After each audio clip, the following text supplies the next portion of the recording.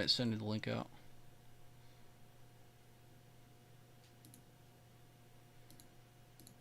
I got my YouTube working.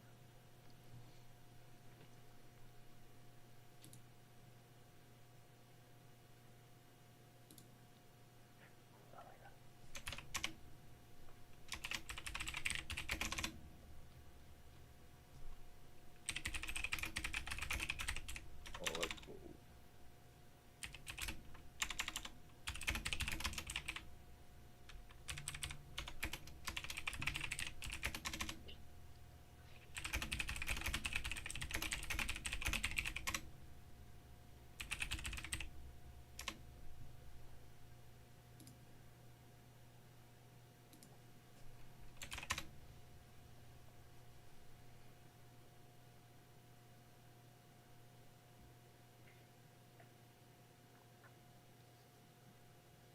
Good morning, BB fam.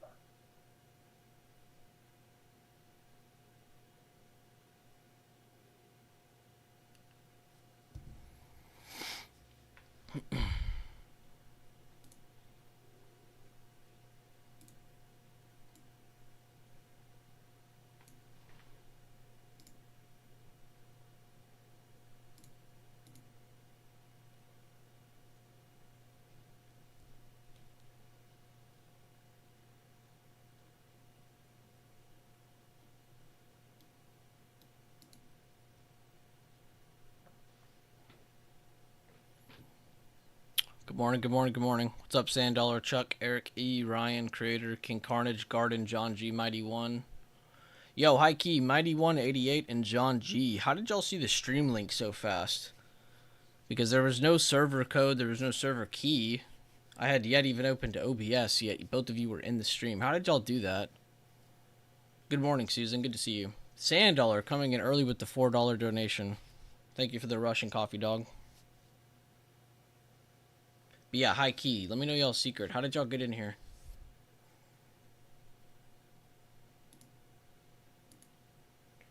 Good morning, Wheats. Good morning, VC.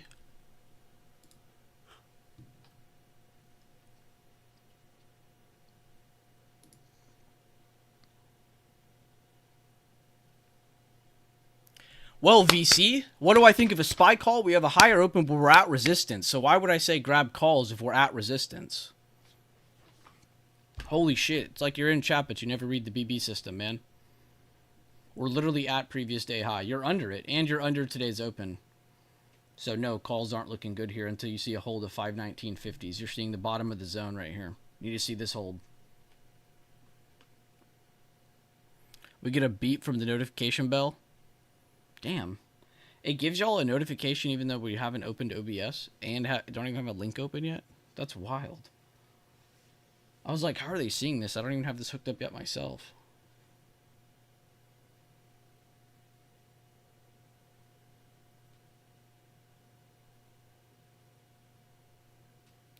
Huh.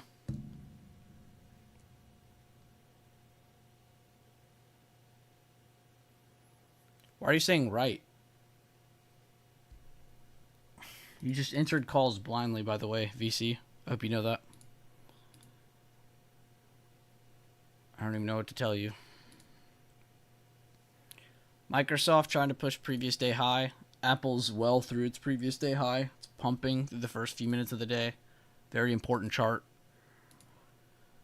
Nvidia, I know a lot of you guys are waiting on this to pop. It is still stuck inside of this candle. It's actually back to being inside of this candle again, so you're kind of stuck watching this day. If you want to watch your today's open, your today's high is a short-term pop. Use both, don't just use one. As a short-term pop area, real quick, hold up and give you a drawing.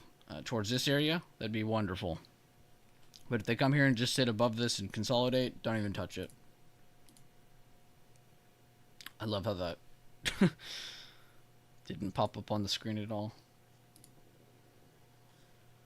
Wrong chart. Nope, no it's not.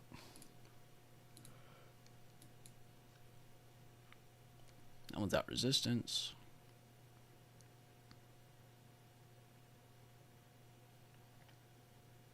Ooh, Aloha got the free membership. Nice. What's up, Jack? XLF is getting hit pretty heavy. Mm. Yeah, I'm pulling back pretty hard. Oh, speaking of XLF, that means my JPM chart is looking good now. Yeah, I charted this the other night and I posted it in chat because I liked how it looked. Looks like a lead test before the lead test has happened, and it has the lower open on JPM. It's giving a good break of previous day low. It's a good chance I see 196.30s today. Heavy rejection from the open.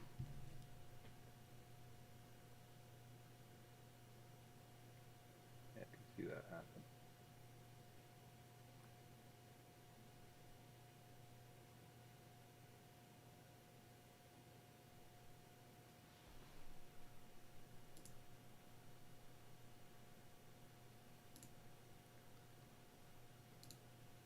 Holy, Moderna is on a good rip on the morning.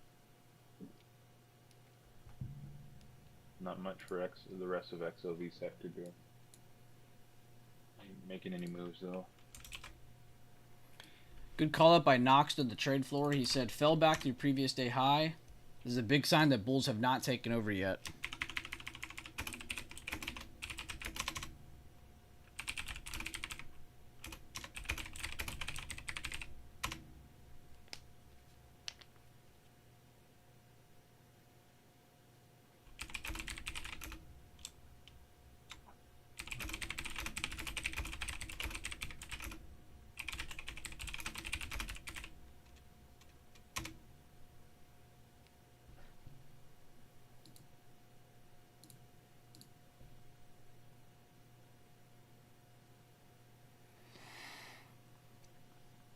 Good morning, everybody who's tuning in. Be sure to drop a like on the stream. It does help. Welcome each and every one of you. The guy in the Discord chat with me right now is Jack. You guys know him as Wacko Jacko.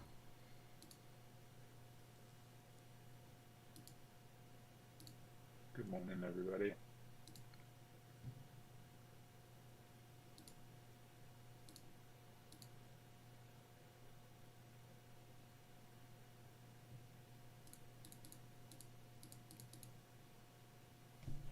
I think we could see some more selling in the XOP sector soon here too.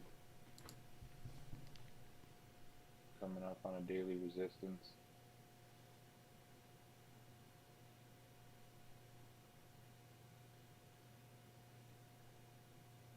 Sorry, we've hit a support, but I'll post a picture on the trade floor here.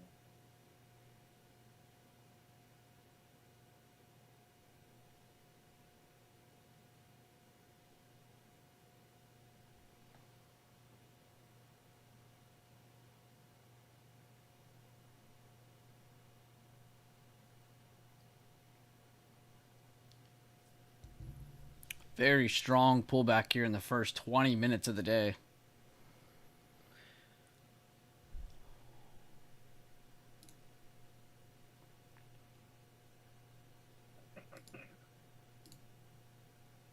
I'll be honest with you, Wheats, he's just not talking that much. I have him turned up pretty loud, actually. It's probably my fault I've been talking too much. Jack, can you say something? Yep, can you hear me now? It's way too fucking loud. Holy. Yeah, he was just talking low, man. It's not my volume. I had my hood up, actually. Sorry. No, you're good. You just weren't talking that loud right there, so I think it kind of threw him off. I'm a bit of a mumbler, too. My wife gives me shit for it. Good morning, Nicole. Good job, creator. And good job, whoever just called out the fib. I myself had not even drawn it yet. I wanted to see how far we fell. But yes, we have fallen through the overnight gap. Again, that's where you go from the previous day close to your current day open. We've actually fell under this, rejected away from it, and pulled away again. We're even broken the control point and the golden pocket. So there's a very, very, very high probability chance we at least go test this level or get right above it.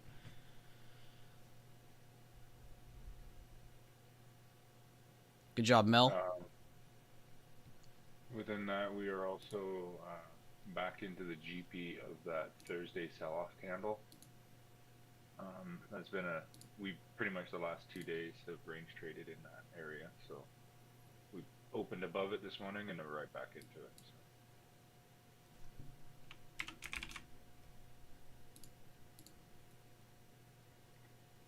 Aviator, you want me to yell? What would you like me to yell? No, no, no. Don't entertain him. He said, yeah, I just broke my eardrum. Yeah, same. I'm like over here like, Jack, testing for audio. Miss my entry, now we wait. I didn't follow Mel on the way in, but always do on the way out. Yeah, I'm going to be honest, guys. I'm not drawing that fib. I'm going to leave what we have here. We have so many good levels here. And I hope you guys have been enjoying some of the arrows. I know Mel liked it a lot. Drawing the arrows just based on the levels again. Shouldn't really have to have these. This is just for some of the beginners. But basically just implies what direction you want to see certain things hold or break. Right now you want to see higher lows hold 520 50s. We're actually getting a rejection of that today. So it's bringing us right back into range.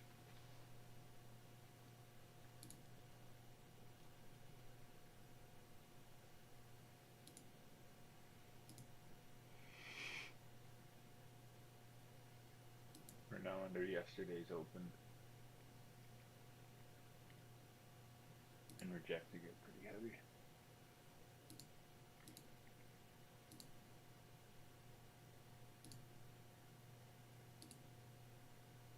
Huge rejection on Microsoft.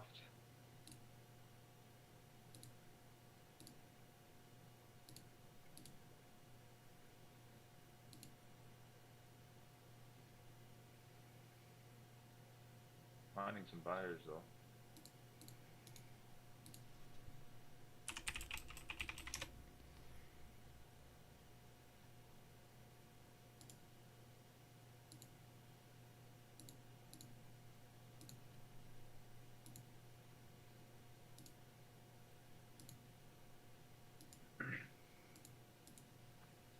Screenshot of Microsoft on the trade board here. Also, if you guys are in premium and you have access to Bueller Leland TA channel, Mel took it upon himself to post his levels actually way before the market opened. I was going to say 47 minutes, but it had another one 30 minutes before as well to give another update. But I would go back test those charts and just see how well his zones are lining up. Everyone's going to be like, where did he get these from? It's the same zones we draw in here every day, guys. So if you do have access to that, I would like for you guys to go review that. It's a very helpful post. It's very clean. It's very easy to look at.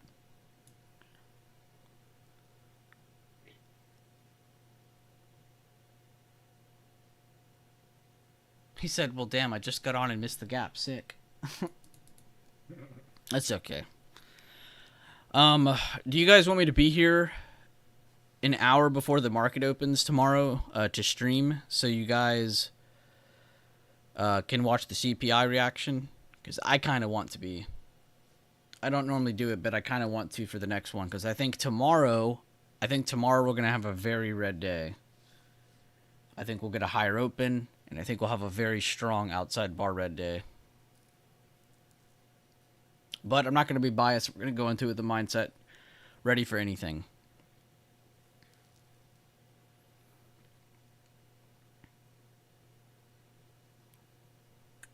All right, well, hold me to it in the morning. I better be live at 7:30. If I'm not, I want to see 100 people tagging me in chat.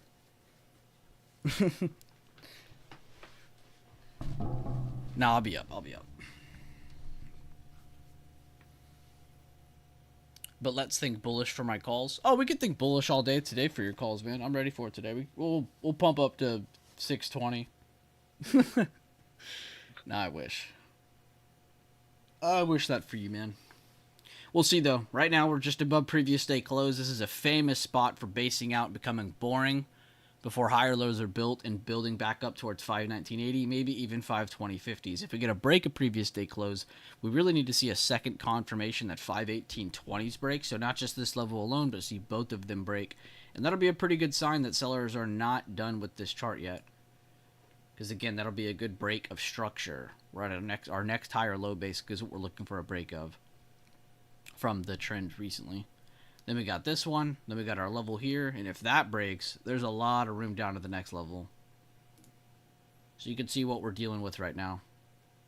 This is a little bit of an unknown area because this has been an area where we've fallen a lot from. But I would also like to add recently we've been holding higher lows within this, so that's why you have a little bit of structure build there. But I would say the only gray area of this chart is if we reject break under 518.21s and sit above 516s. I think this would be a gray area for a lot of people. So I'm not going to be shocked if price somehow enters this and stays here for the rest of the day, since that is a gray area. You'll tag me at 5:30. Just throw out your number. I've thought about that, honestly. I've thought about giving people in chat my number because I think most of you would be pretty mature with it. I could just block a child if he's being dumb. But it's funny, like, if you guys have ever actually looked around in chat, like, yeah, we have our fair share of, younger traders in there. But on the other end, we also have a fair share of more mature adults within our community. So it's really nice to have that, just because I feel like that saves my sanity. But I think it's also a great thing for the community because it allows for the younger people in chat to learn from some of the more mature people, if that makes sense. Don't give it to me, I'll send you. I might want a bed. Wait, so do give it to you. I want a bedtime story some days if that's okay. I give out my phone number and just 90 people text me asking about their day and stuff.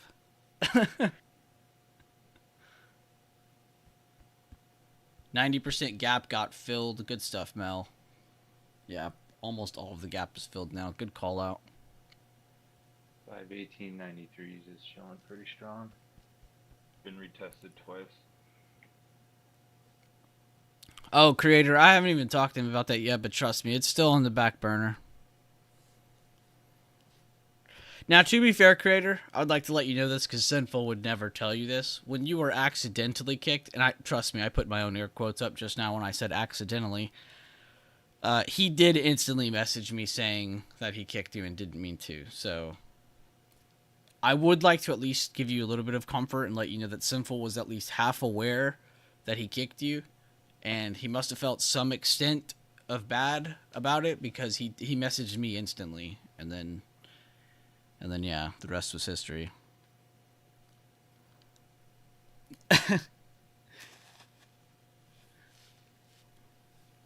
All right, guys, are we all clear on the levels in front of our screen right now? Does anybody need to ask questions on what we're looking at right now?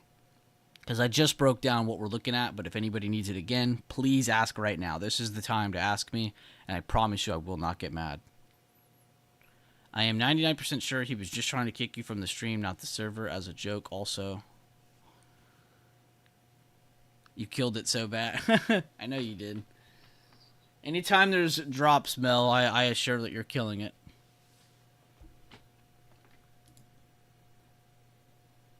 Red candle, Mel got paid. Red candle, Mel got paid.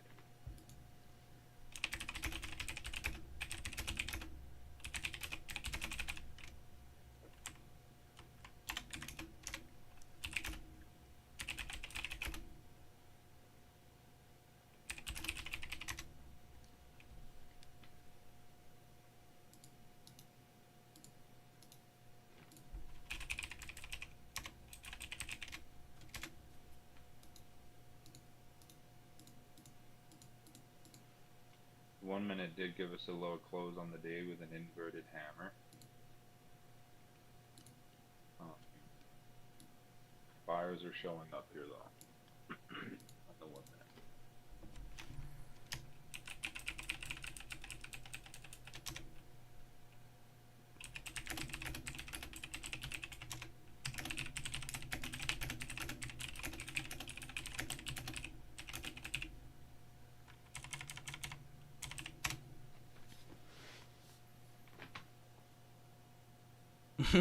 Sinful says, I am the 1%.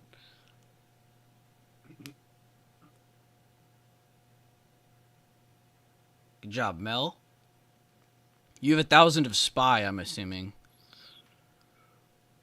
Which, I'm glad you did that, because I remember a while back you and me talked about trading SPY over SPX sometimes. And it's not really like there's a signal for it, but it's just, it's nice to do both, because I hate when people come in here and they're like, do you use SPY or SPX for when you trade SPX? It's like, Both, either or. I mean, there's nothing that should stop me from looking at one or the other. You know, it's all relative. Yes, the numbers are different. Yes, the charts are going to be a hair off, but they should move almost the exact same. Not all the time, but almost the exact same. So yes, you can look at SPY while trading SPX. Yeah, SPY 1K. Okay, I figured. Yeah, I was gonna say 1,000 SPX, but then only 90 SPY. That'd be so funny. I mean, you could afford technically both, but yeah, no, definitely a no decision for sure. That's a heart attack position waiting to happen. SPY at 0.30, SPX 5. Okay, yeah. Way different.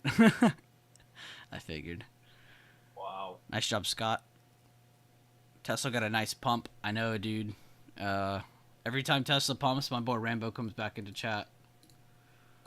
I love seeing it. Every time I see him pop up, I just know that Tesla's green. The X marks the spot. This is the area we've been short-term covering, saying that this is where we would like to see buyers show up.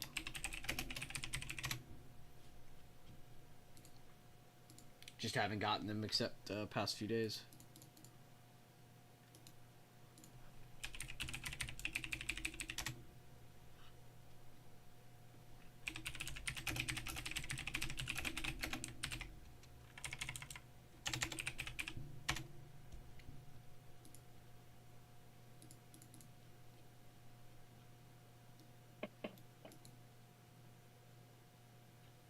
Yo, this right here, this was honestly trade of the day. There isn't going to be a better trade than this. Today, at least. BB style, though. He said, took 2 puts as we fell back through previous day high. So he sees we're breaking previous day high. He's getting in, right? After making a lower high. So not just the first time breaking it, but seeing the second time break under and then the pull up, the pullback to the upside, that didn't go anywhere. It didn't make any new highs. It created a calculated lower high. Took the first one at low of day for a small 20%. I love when he says that. Then took the second one after a big flush for 100%. Like, what?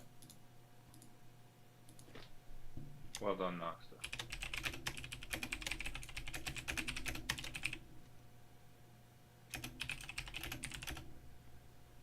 He's not usually in stream, is he? No. I mean, he might be if he knows I'm here, but not normally. I didn't take it all the way down to previous day close because there was a pivot high level on the 1 minute from right before. Yes, that's exactly what I wanted to see you say, because he is correct. If you go to the SPY chart, he's talking about these higher lows here.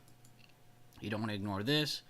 You don't want to ignore this. You don't want to ignore this. That's very, very important. See, he wasn't even in stream, and that was something I had broken down, and he had already done it. He'd already had that in the back of his mind. Because he's a seasoned BB trader, he understands. He understands the order of things.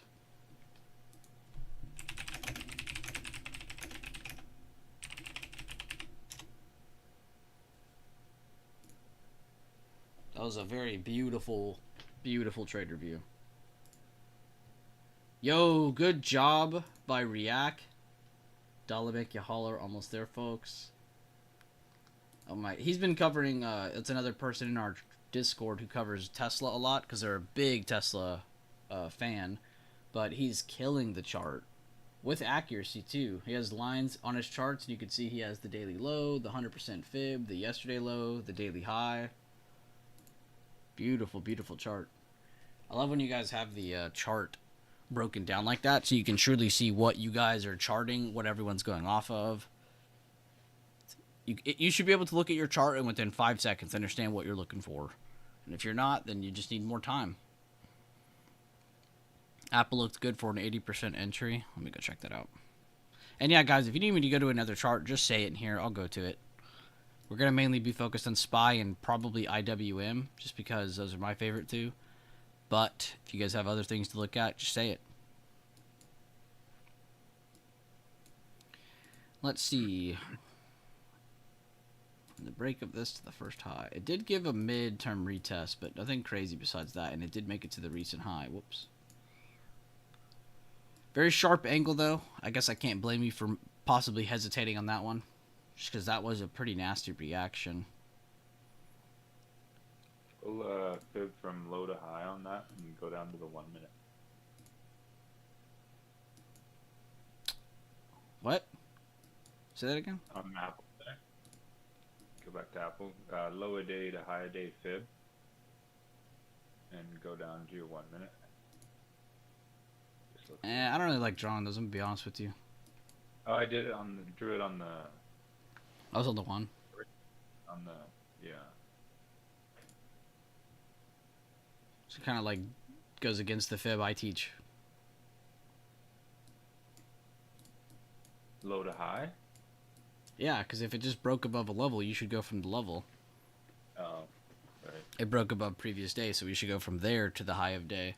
And that even that showed a fib. But I'm sure, and me and Leland have talked about this before, but if you draw that low to high like you did, it probably lines up with the one I'm drawing, but it's not always going to line up like that. Like, I think in that case it does, actually.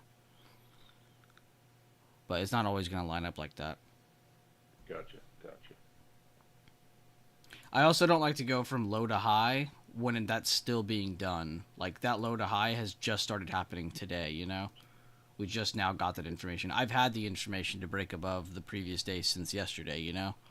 So you have something confirmed already. Whereas this is still kind of, I guess you could say, pivoting. I don't want to say it's up or down, you know? Because we could finish 5% up today. We could finish 5% down today for all we know. Yeah. I hope not. I hope we don't get that much movement before...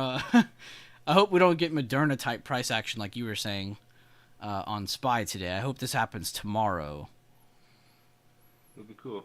That would be very cool. And yes, guys, Jack did mention this. It's just been skyrocketing since then, so there hasn't really been need for another update. It's just flying. Oh my god, Roku's moving finally.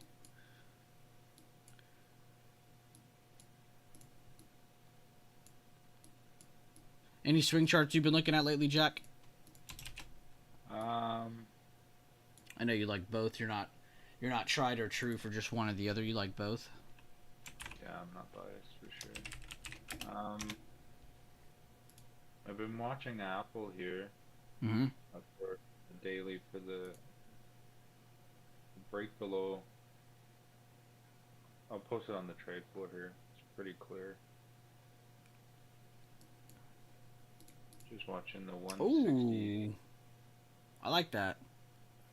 Very clean.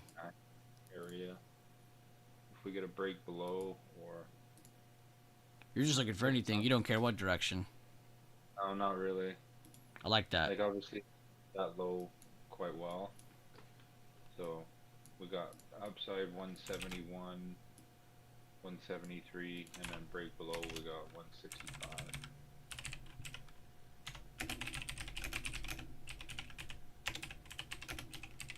Some oil tips are pretty hot.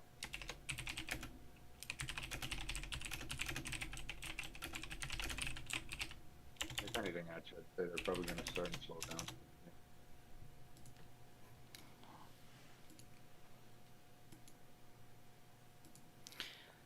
Receipts in the chat, but if you go to the chat and you look for Noxta, just tag his name and then look for post on SMCI or NVIDIA, and you'll see some amazing posts where he literally he doesn't say the exact time that it's going to reject. I don't think anybody here can do that.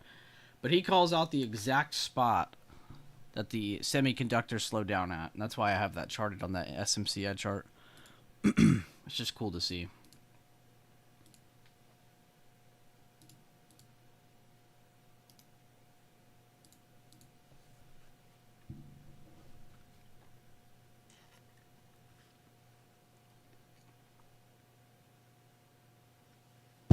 Ouch. Alright, back to SPY.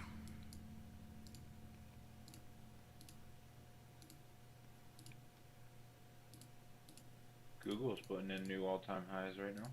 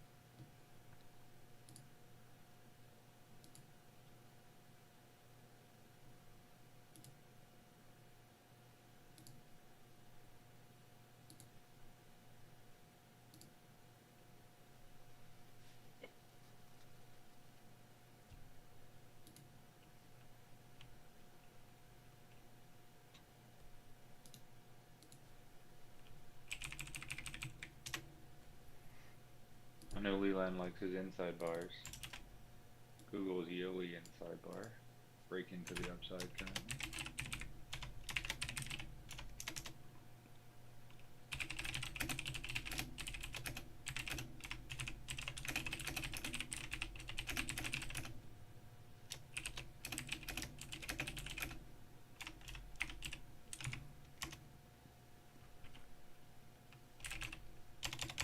Watch for more basing if buyers.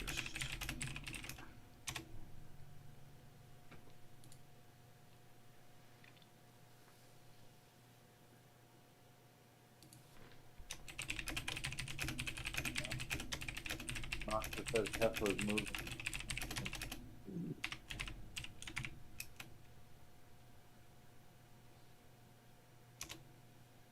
Good job, React, on that one. Excuse me.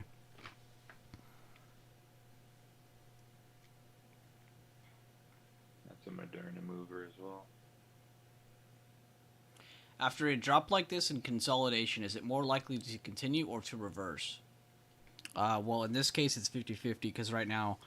So, here's your context. Remember, don't just start from today, start from the other day. So this week, what have we seen?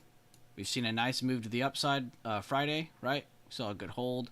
Monday, we saw a little bit of a continuation of this where they made a lower high and didn't really exit to the upside, and also made a higher low where they didn't really exit to the downside. So today is truly a 50-50 level. Or 50-50 range, I should say. So genuinely today, I would say it doesn't matter. But the more consolidation, the better for a buyer. But remember, what can happen in consolidation?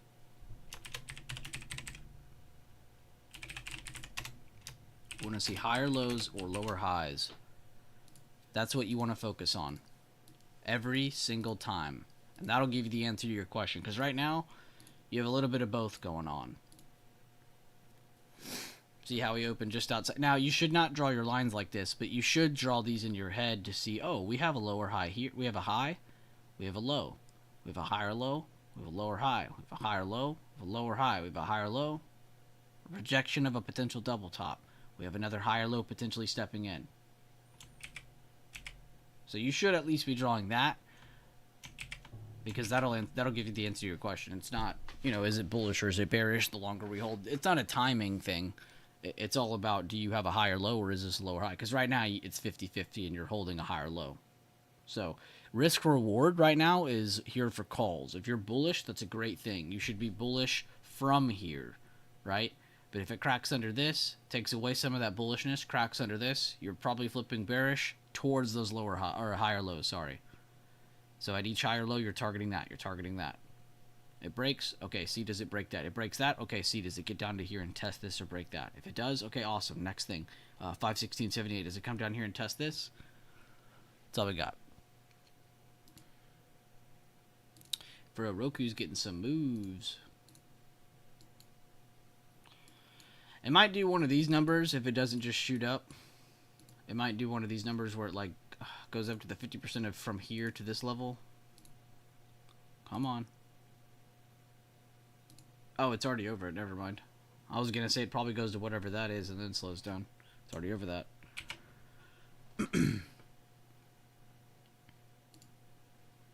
Okay, cool. Yeah, and if market moves up, that's good for Roku.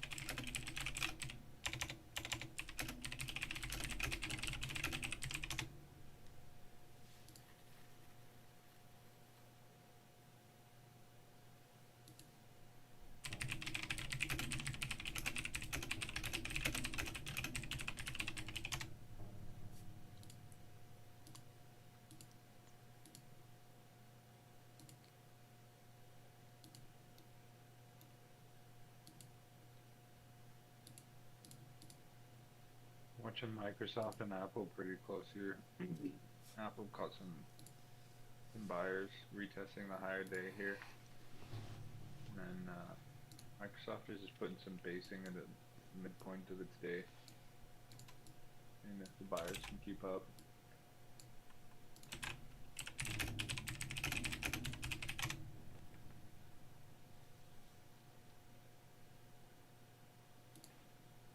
Just gonna look at Nvidia, but looks like Josh is doing that. Yeah, I clicked it and then I posted an update, then I moved on quick.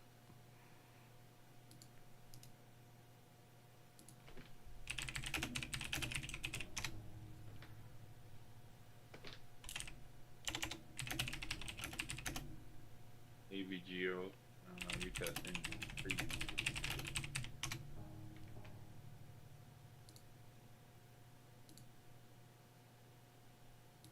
The wick that's open.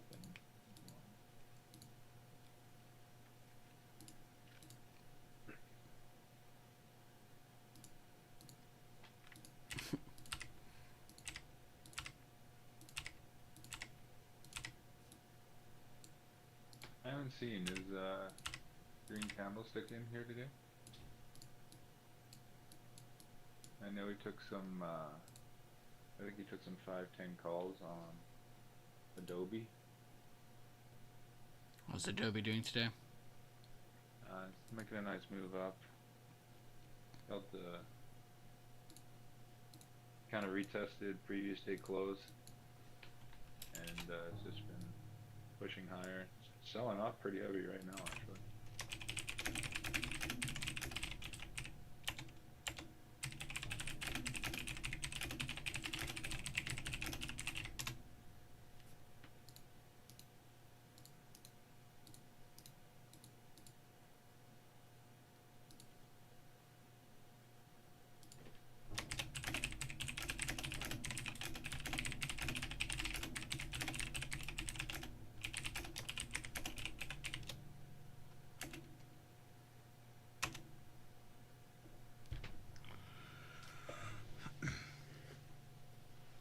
If you want financial advice, follow Jim Cramer. Dude is a legend.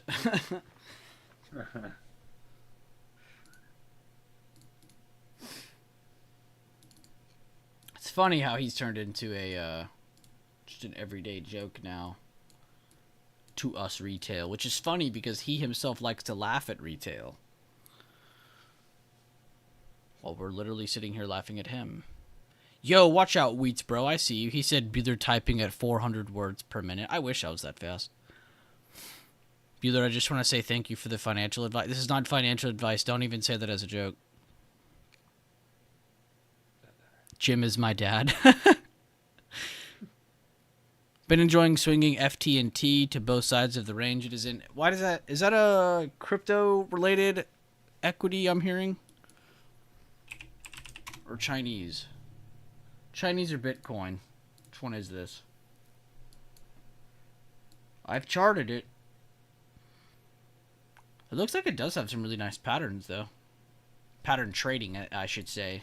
Pattern trading meaning like it can go up to resistance, create lower highs or bearish patterns and come back down, go to support, build higher lows or bullish candlesticks to give you higher probability.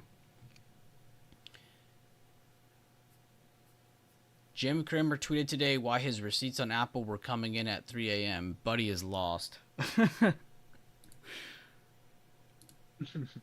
I'll come back to that, Maddie, but let me add it to this so you and me can have it forever.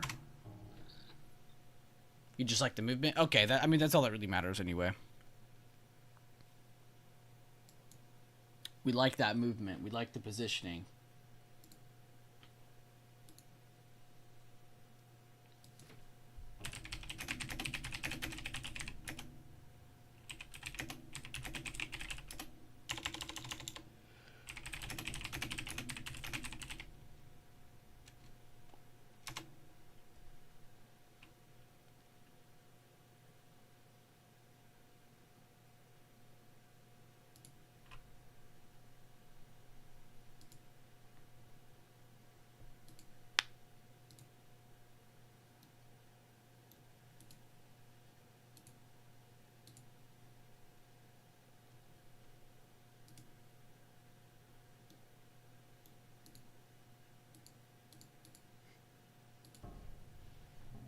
this little curl up action here. I do too. Looks beautiful. Beautiful. Beautiful. Oh yeah, you're allowed to actually like make that voice. I'm not. I have the rights. Yeah, you're actually like from there. Me on the other hand, my people haven't been there since the 1700s, so I haven't been there in 12 years, 13 years. damn, you're gonna have to take me next time you go. Yeah, I'd be down with that. Then we could go meet Jason. I could bully him. Oh, That'd be cool. good twirl. Go visit Tobias in Germany or wherever he's at.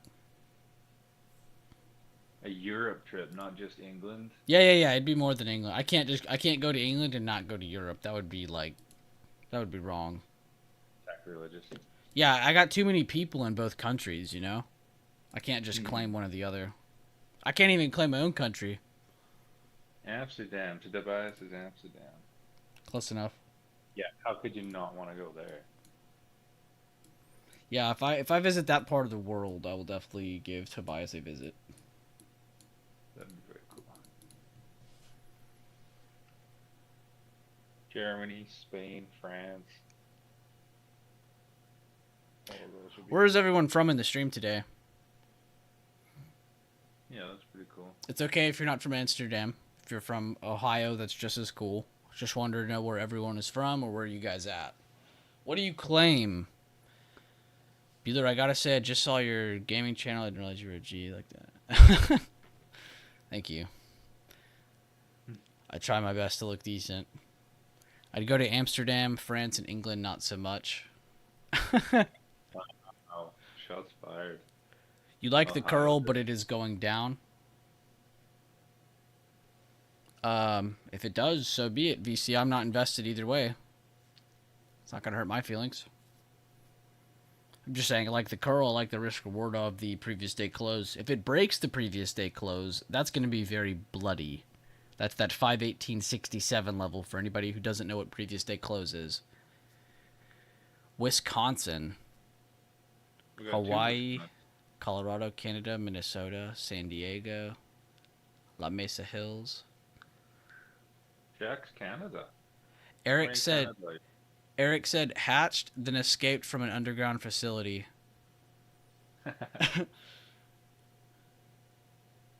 Another Wisconsin. Germany nightlife is fire. And yeah, VC, I didn't think you were confused about that. I was just repeating it. It could fall. Don't ever get me wrong. If I say it's curling, that doesn't mean it can't fall. It could definitely still fall. Remember, we don't like to be biased in here. We want to be, at least in our minds, we want to be aware that this can go up or down. Not be in the position where we're only looking at it going up or only going down. No, even when you're at your most bullish, have an exit path. Have a path in front of you that says, you know what? I was wrong. I'll cut this. I'll move on. It's whatever, you know. Things happen. But don't ever get stuck in one direction. One, it's just annoying. Two, it can annoy you even more after, too, when you're wrong, because then it's like, damn, like, I'm smarter than that. I know I could do this. We are reactive. Florida, Dominican Republic is a vibe. I'll have to go with you, Alexis. I'm also from Wisconsin, but I don't claim it. There's the blood everyone was looking for. There you go, VC. Yeah, there you go, VC. There's your blood.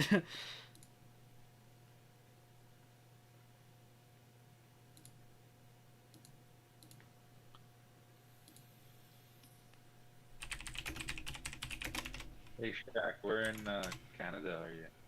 We don't have too many Canadians in here, but we got some.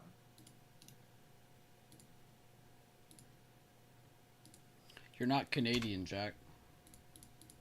I'm not. Vancouver. Very cool. But I do have a Canadian citizenship. These English, they just immigrate to whatever country they want and they say it's theirs. It's crazy. We just show up and claim land, man. We just show up and Right. take things. It's cool. 518 psych level, also the pre-market low. Great call out by Maddie. Vancouver, nice. So we do have some Canadians in here. I was just kidding. Haha, I love it.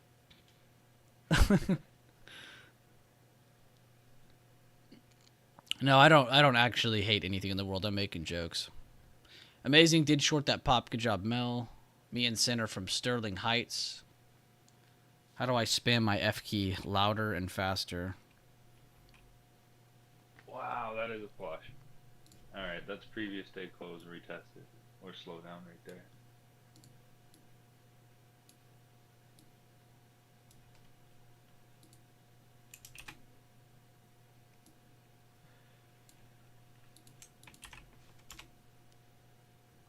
In seconds, Mangekko Kevin taking profits.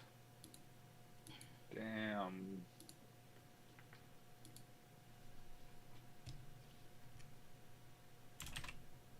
Great stuff, Kevo.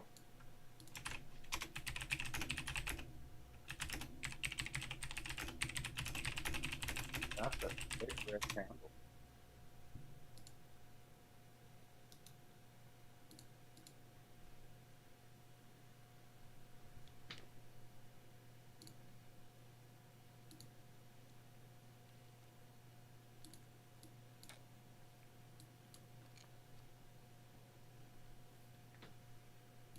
Elan just made another Lambo.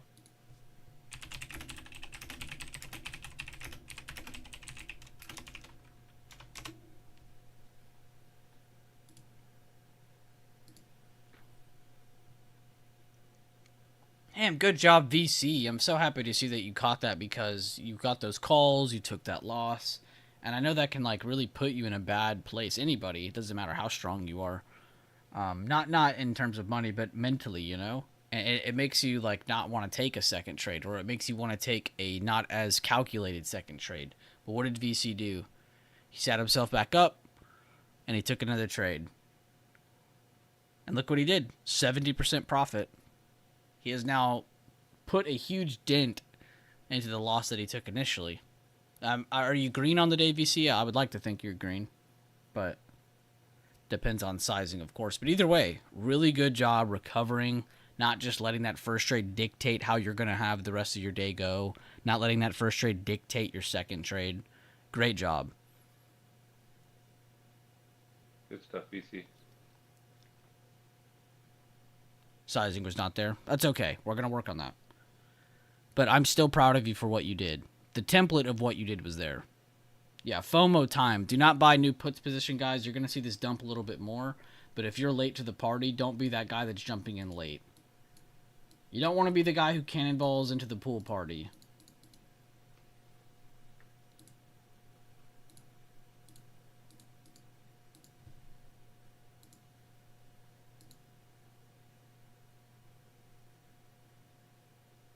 We're at Tuesday low of last week here, so I'd wait for some reaction, possibly some consolidation before we make another move.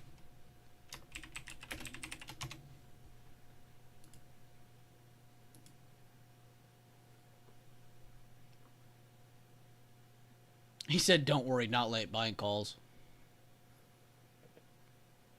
I took a small loss, got in on the higher low in the 1 minute, thought it was a nice BTD. That was a good spot for it. You did good by thinking that. And cutting, also great job.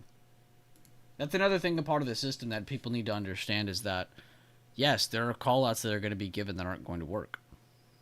But there's also not a world that we live in where we're sitting here going, you know what, I'm going to hold this for a 99% loss. I just don't know any sane person who says that, you know? And I'm not saying you're saying that, but those people do exist. I have a screenshot to show you.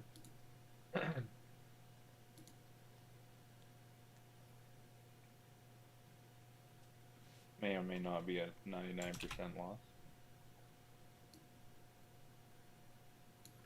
We won't talk about that. Bank of Japan lightly set fiscal year 2026 inflation view around 2026 people. That's the dollar. Okay, here we go.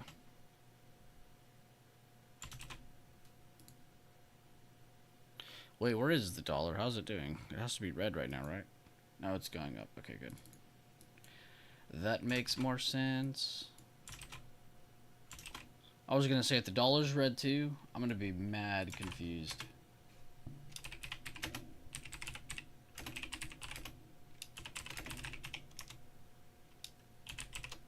I can't type today.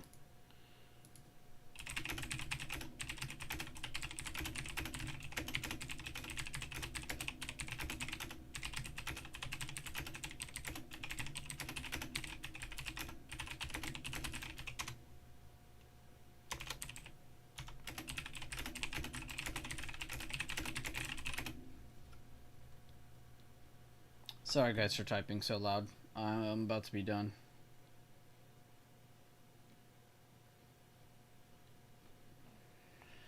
I'm trying to find this post by Leland. He had a really nice chart posted like way beforehand. Here it is.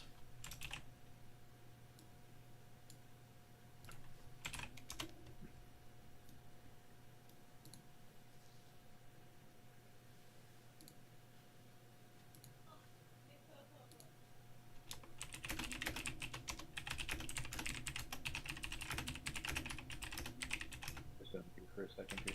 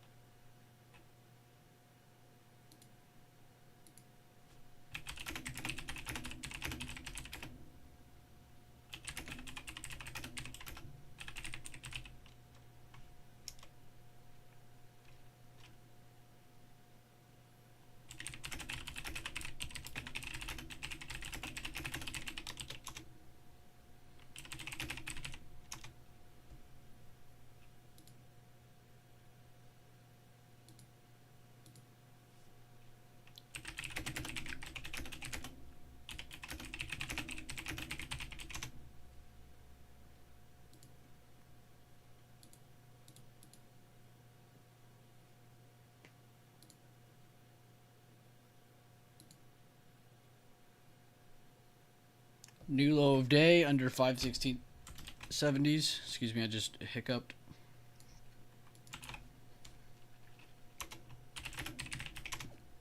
Hiccuped again. Jesus.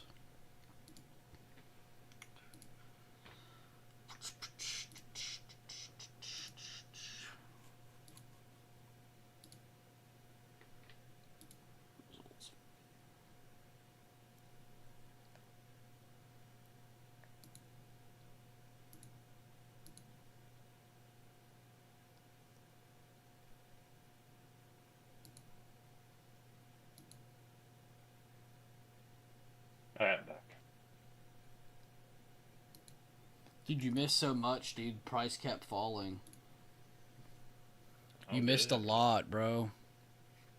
Where do I think Leland entered? Probably at a lower high retest.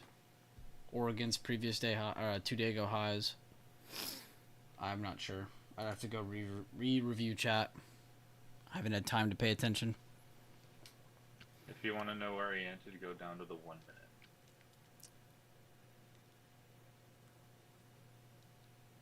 Look for a lower high.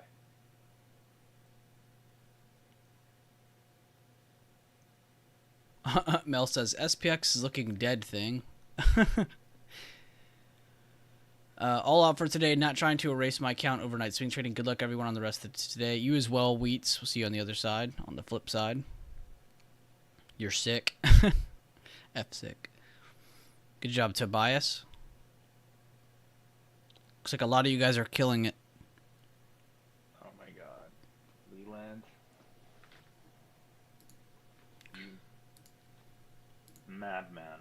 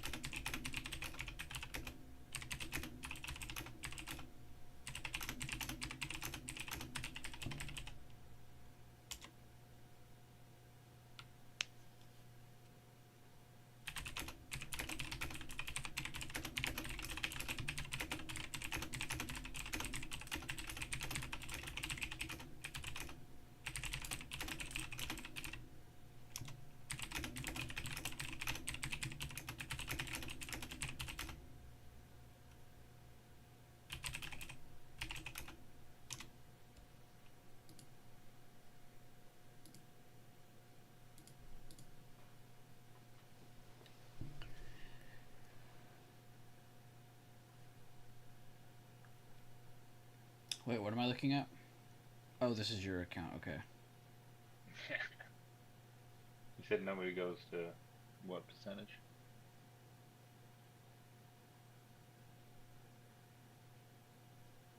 99.22. Oh, I meant to say this. Last night at midnight, being the trader that I am, I was, having cold sweats thinking about the next day and just shaking in my sleep and having nightmares and night terrors. No, not really. But I opened up my phone and the Charles Schwab update finally hit. It asked for like all kinds of secure information stuff, and I got it all set up. And it looks like in about 30 days or 31 days, 30 to 31 days from today is when the whole switch should be done. So like everyone who's on Thinkorswim or TOS, you shouldn't be affected by this except your login. Your login will be fixed, but it'll all look the exact same and be the exact same. I can assure you that. You can even offer to keep the Thinkorswim look. I think there is a second look they have now, or will have soon.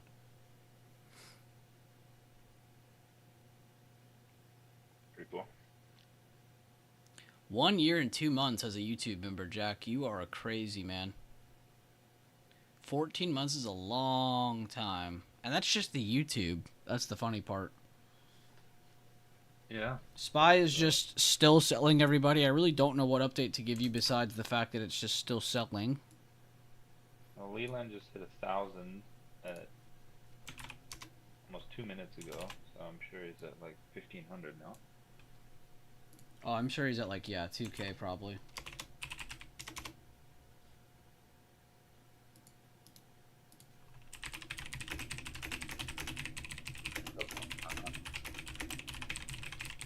Not late.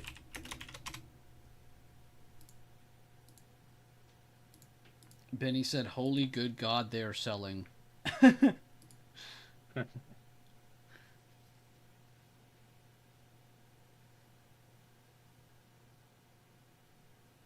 He said crazy, all this movement today, and it'll still be inside the 4-4 range. Hey, I said Big Red Day, but I didn't think it was happening today. I thought this was going to happen for CPI tomorrow. Which it still could. I don't want to take that out of the playbook. It definitely still can happen. It's just crazy to see it happen right before. Very nice move so far today.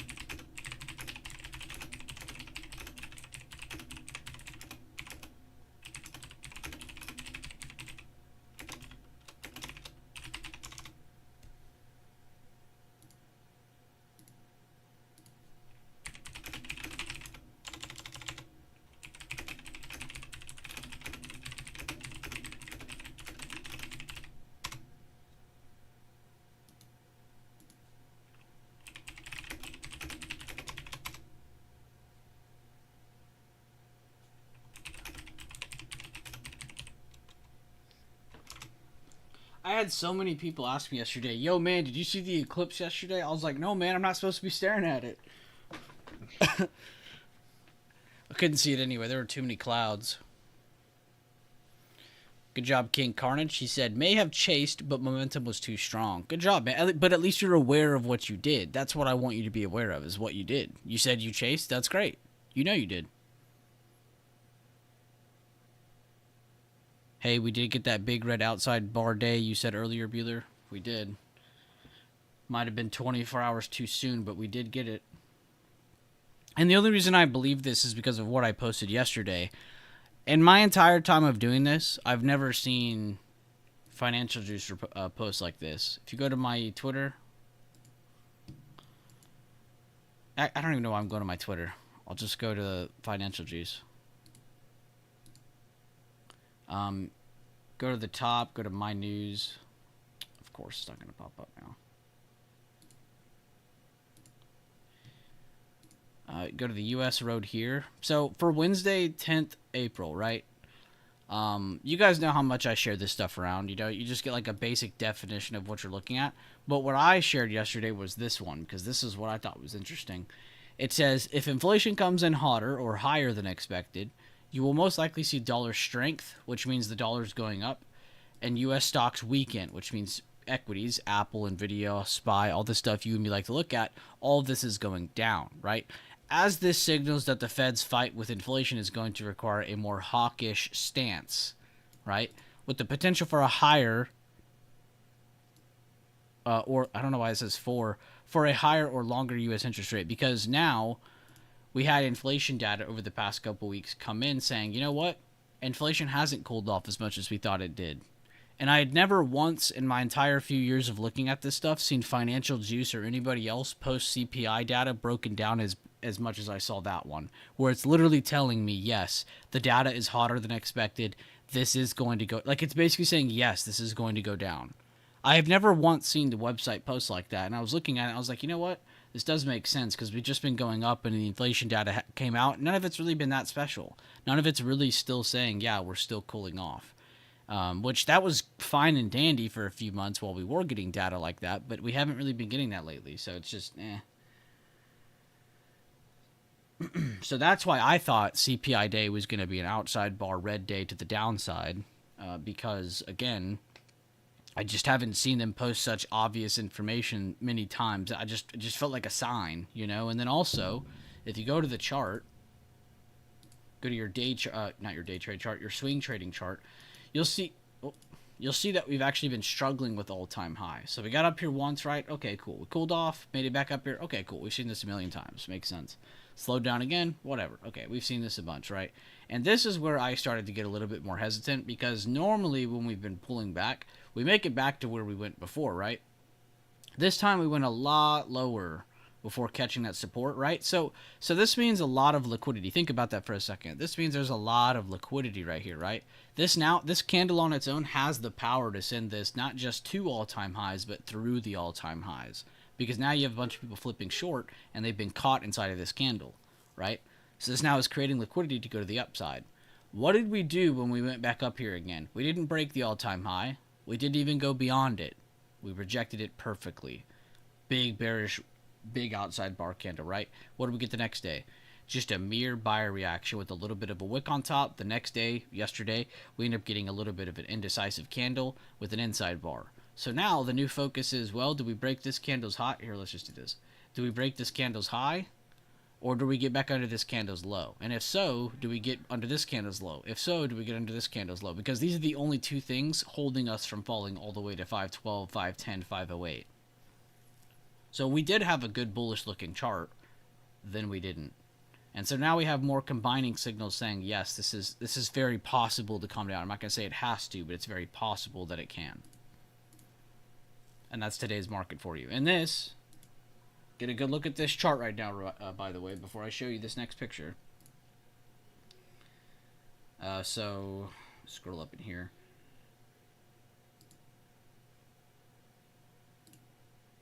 Okay, here it is.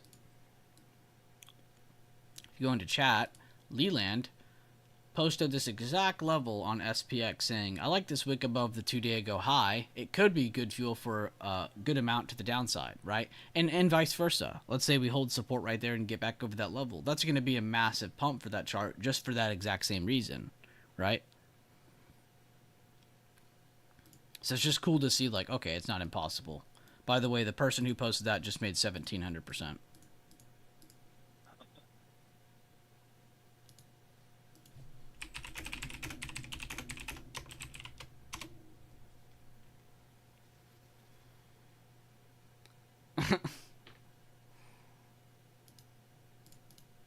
There's my boy Cam. My boy Seamer G. But I just wanted to go over that for a second so we're not just staring at a bunch of red candles. There's at least a little bit of a breakdown here. I'm going to remove this and that should be it.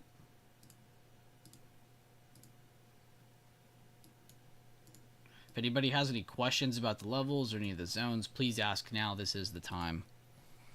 Posted review, cheers, almost out. We'll see you later, Tobias. I'll review it here in a minute. King Carnage said, settling right at a 2 day ago open. Good call out. VC said, they showed bullish to retailers and they did it reverse.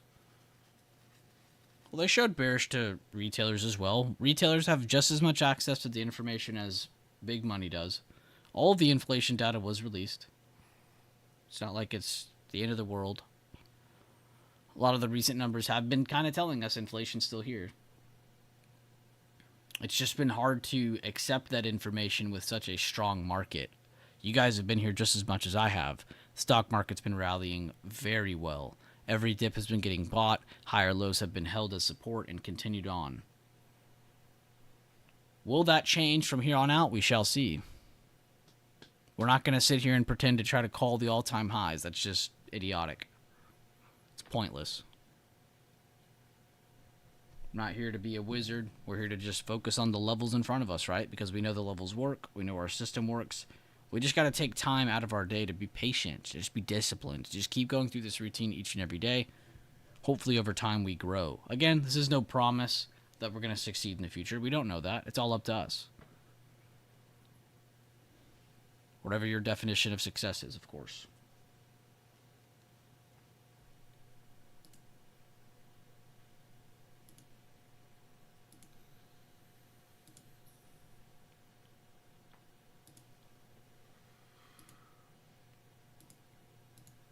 Through all of that sell-off, Moderna is still 7.8% up on the day.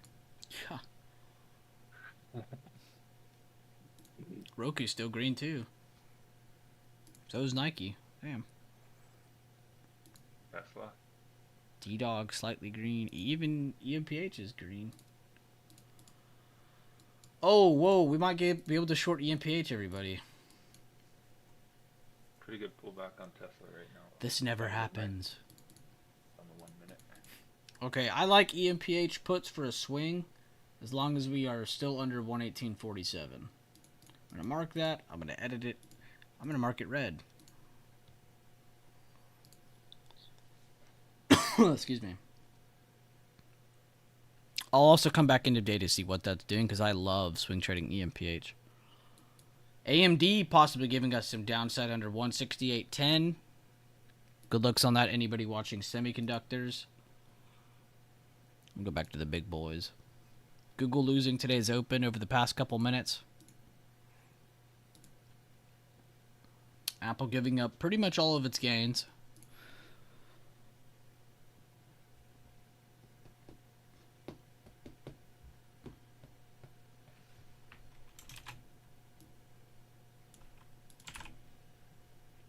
McDonald's looks like it's in for some more selling.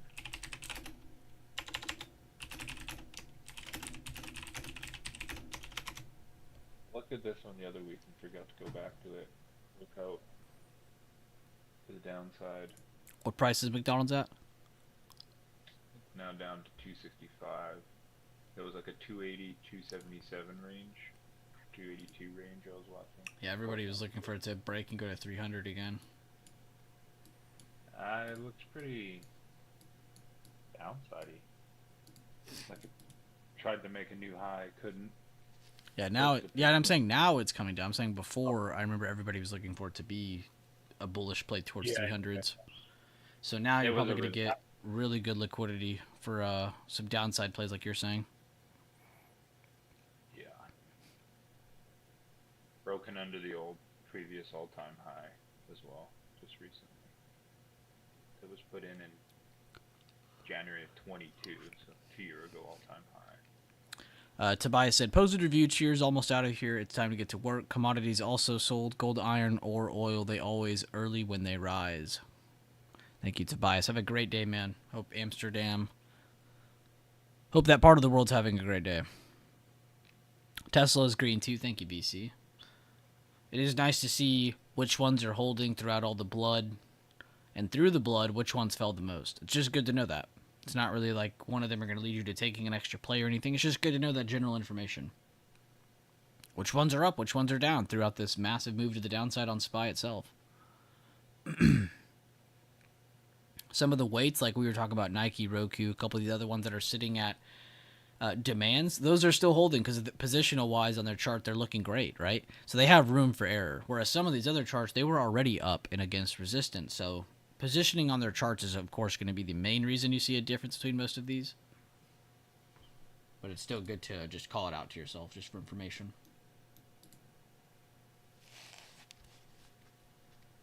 A thing to note with that, with the charts that do have room for error, just because they still look bullish throughout this, it can get invalidated pretty quickly with the market sentiment as well. So if you're bullish on a chart right now and it still looks good, don't be upset if it gets invalidated, just with overall sentiment.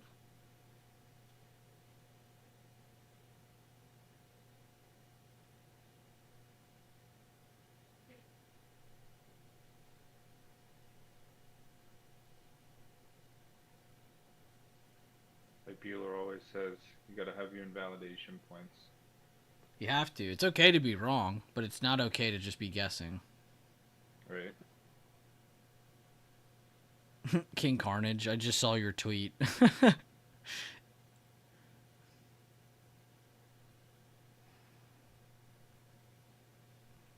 Yeah, I'm not going to lie to y'all. I'll tell y'all the truth because y'all are my people, but I was up at 7, and then I accidentally fell back asleep. And I woke up and it was 8:29. I was like, okay, well, the market opens in a minute. I need to get up. So that's why today's stream is starting late. It's all my fault. But tomorrow, I'll be here an hour early. What's up, Jack? As much as you hate being late, a sudden wake up like that, you are awake. Oh yeah, I was wide awake. I was like, yeah, I'm ready for stream today. Yeah. I saw you start your stream. I was like, all right, disconnect him real quick. I got you before you could drop an everyone message too. Yeah, it was just typing. I was like, oh, why did I disconnect? No worries, all good in the hood. I was gonna knock on your door if you were any later. I appreciate that, man. Just come knock on my window or something. Creator has your phone number. He can call you. Who does? Creator. Oh, Yeah. huh.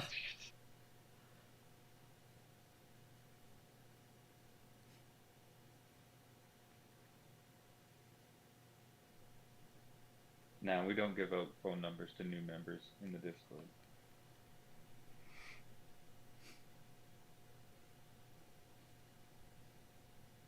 This is Creator's first week in the Discord.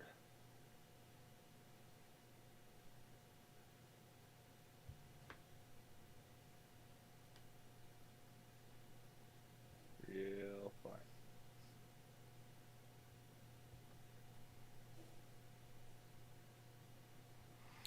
All right, guys. I'm not gonna say expect a large buyer move, but this is the where we reversed from last time. Remember when we had this big nasty drop? I know you guys remember this. It's like it just happened. From there, and this is where you should start doing some of these fibs.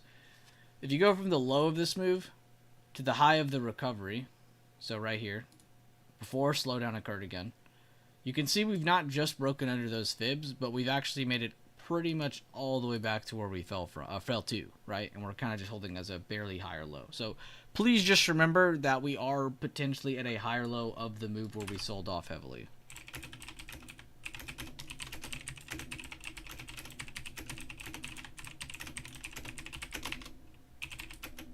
So if you see today's price go up from here, it's in a good spot to go up from here.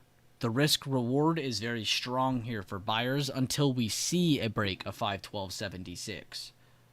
That's the low of that move. So I won't be surprised that if we hold here, but don't really go anywhere. If we just hold in this range the rest of the day, that really won't surprise me. That would be a perfect outcome before tomorrow's information comes out, where we probably will get a larger move that either one, breaks this support and heads lower, or two, holds this support and moves towards the 520s, possibly see a move towards the new all-time highs if the CPI data lets us, but we'll see. Probably that solar eclipse or something. I don't want to... I don't even want to try to give excuses. I definitely just slept in. But yeah, we'll do that so it doesn't sound as bad. Yeah, solar eclipse. That was totally what had me down.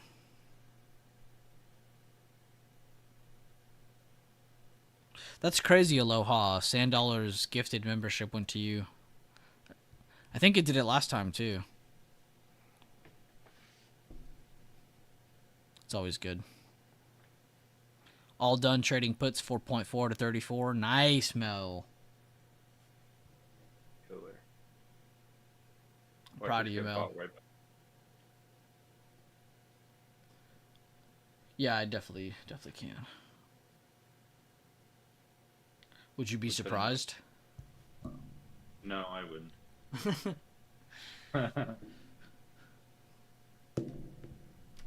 We're like that kid in what's the movie I'm thinking of? The Incredibles. When he's always bothering Mr. Incredible or whatever, the kid with the trike or whatever the hell it's called. Oh. And then he's like, "What are you waiting for?" And the kid's like, "Something amazing, I guess." That's us. Something amazing. There's always something amazing. Man, The Incredibles, that's such a good ass movie. I haven't seen that in a long time. There's a couple of them, isn't there? No? Bon voyage.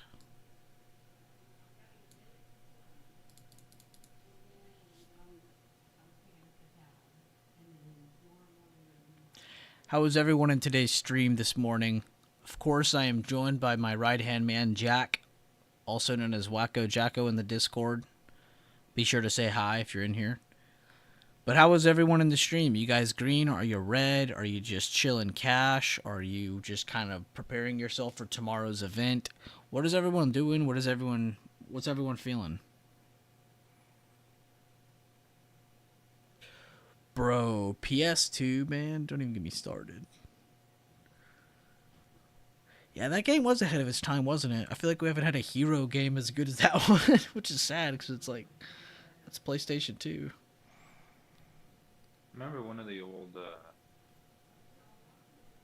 Spider-Man games was pretty good on PlayStation 2 as well. And I wasn't much of a Spider-Man fan either. But I was hooked on that.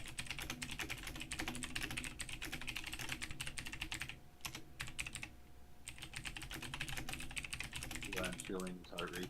Still have a coffee, Leland. That'll settle your nerves. Recovered half. Good job, VC. Oh. Little red on the day. It is what it is. It is what it is. It is what it is. Seeing if Spy is going to create a buy the dip entry. We shall see. Good. Caught puts earlier. Damn, Susan. Posted review. I will love to check that out. Actually, after today's stream, I'm going to post my video early this week.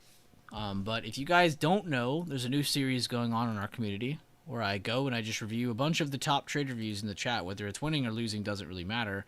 I post it for YouTube members as well as anybody in that extra server, as well as the Bueller Buy server. Damn, we're over here talking about The Incredibles, and Steph B says, "Hi, just hopped on. I'm listening to you and packing for Disney." That sounds like a lot of fun, Steph. You better have fun. There's one thing, or two things to do while you're on a Disney trip. It's be tired as hell, and have as much fun as you can. Because you're going to definitely be at least one of those. Ideally both. It is worth being super tired on a Disney trip. Yeah. I haven't been in a while, but the amount of not sleeping and walking you do is crazy, but it is so worth. The walking is something else. Even in the parking lot just to get in there. Yeah, for real. Hot. Don't forget hot. Oh yeah, that too. Those little misters they have when you're waiting in line cool you off. Man, I'm from Texas, and trust me, like I can handle some heat. But I remember that last time I went to Florida, it was pretty fucking humid. It's different. It made me feel like I was still in Texas. Is there Disney in Canada, Jack? No, there isn't. There isn't? I've been to the Florida one. Yeah, I went to the California one when I was a kid, and I've been to the Florida one like probably 3 or 4 times. Oh, that's sweet. There's a Disney in France I've been to. Damn, really? How's that one look? Or how was that one? It's actually called Disney Island, so it's not like massive. Is it even on an island? No. Wow.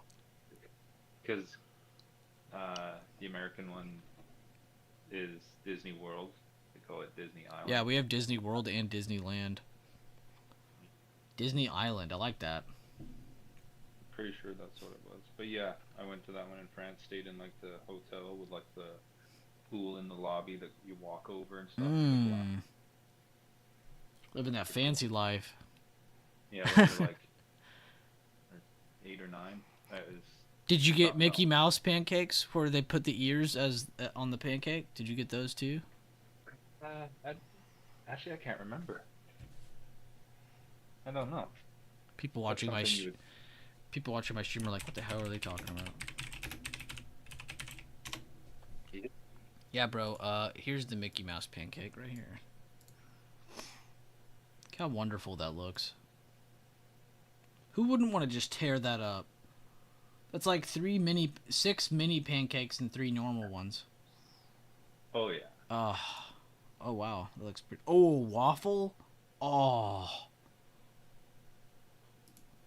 All right, back to the stocks. Guess what I'm having for lunch? Stocks. No, I'm kidding. Breakfast. Are you having breakfast for lunch? Debating it. Some chicken and waffles now. Oh.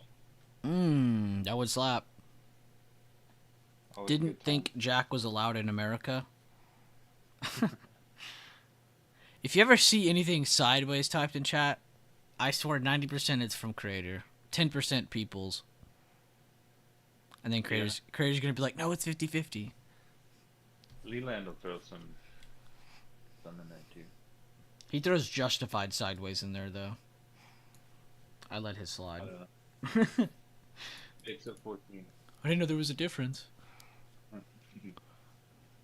Speaking of the Vic. Just really good at giving excuses for my boy Lee then. Oop. I think it's more sinful. Okay, that one I could take. Tim Hortons Cup of Joe. Oh yeah. Anytime. Actually, I'm not gonna lie. McDonald's coffee is probably better than Tim Hortons coffee. And the word is that the McDonald's coffee is the old Tim Hortons recipe. Did you guys know that McDonald's coffee is hot? I've read that.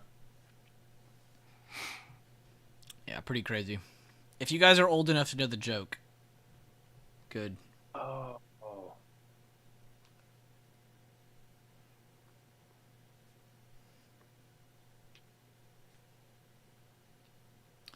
Yes, I was misinformed on your coffee being hot when I ordered this.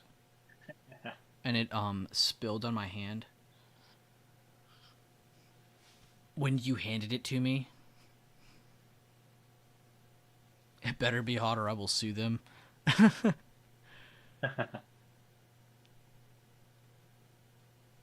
Stopping at DD right now. Nice, Alexis. Get you some coffee and donuts. How are the roads looking today, Alexis? I know you well, you don't like to. You have to. You have to drive around a bunch. But how are the roads today, man? Hopefully they're clear for you.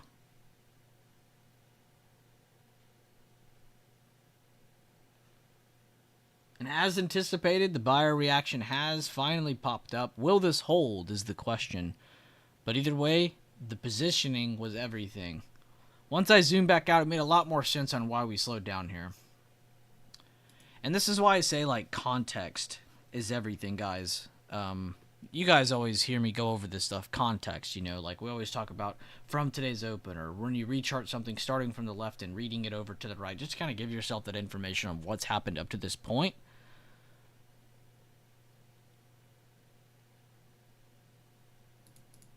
I was just gonna say there, yeah. I'm like, it doesn't make sense as to why we're seeing a buyer react. Definitely zoom out, look left. And yeah, I was gonna say that as sorry, I was reading something. Is context, you know, just seeing like, okay, we sold off all the way down here, blah blah blah blah blah. You know, whatever. A couple days go by. Here's Monday. Here's Tuesday today, and you end up seeing that all we did yesterday was just kind of sit to the right after this move up, and then today all we're doing is getting a rejection of that move up, and then a break of the structure, so the higher lows, right? Get a break of level here at 516.70s. They make it down to this higher low.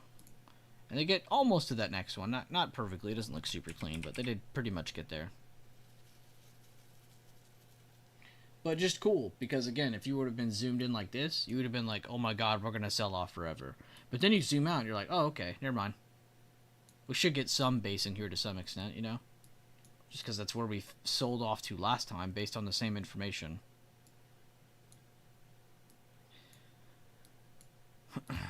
What a very clean chart this is today.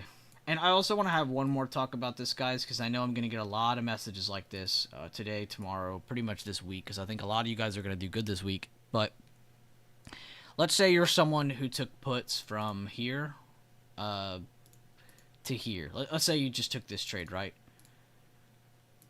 And be honest, guys. Be honest with who you are as a person, as a trader, who you are. Would you have taken profits here? Or would you have blindly held into this next support? Now, if you have multiple contracts, yes, it makes sense to skim most of them and risk getting to the next level. That makes sense. But let's say you only had one or a few of them, right? Does it really make sense, or is it feasible for you to collect just some profits here and leave the rest here? No, you need to be collecting most here and leaving some for here, scaling out, right? And let's say you only had one contract. Let's say you're an account that only has one. Many of us are just like this. A lot of us are in the exact same seat. I don't know why I'm stuttering so much. So we end up breaking this low, right? We make it to here. We take profit because we don't know that it's going to keep going. We understand that there is a level there, right? And why I want to have this talk with you guys is don't feel so beat up about that, right? Because you still made the calculated responsible, the mature decision of taking profits, of scaling out or skimming your position, right? And being aware of your position. So now you're self aware. That's good. So you knew you only had one, you took profits, right? Let's say you had 10, you took profit on 8 of them, you kept 2. Okay, that's great. If you did anything else than that, you're probably reaching out too far much or you're hoping for too much, more so than just reading what you're actually doing. 2, don't get discouraged if you're someone who only has the power to make it to this level. If you're someone who entered here and wanted to make it down here with Leland, that's awesome. That's great. You should want that. But let's not get ahead of ourselves. A lot of people are going to message me over the next few days talking about stuff like this and missing out on big gains. Guys, you have to calculate what's in front of you and then take it. You can't catch the Mr. Tumnus moves. You can't catch the imaginary moves that happen all the time. You're not going to catch every cent of every single move, right? But what can we do? We can capture most of the move and then review. So the next time we see that exact same opportunity, because it's not the last time we're going to see that exact play out.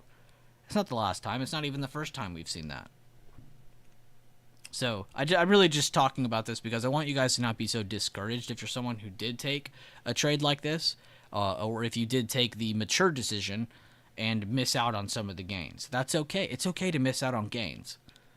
But what's not okay is to take out that self-awareness and then just randomly take weird trades that just don't make sense, blow up your account, hurt yourself. If you were in this category of people, you're doing great. You just need to stop beating up on yourself. You're doing great.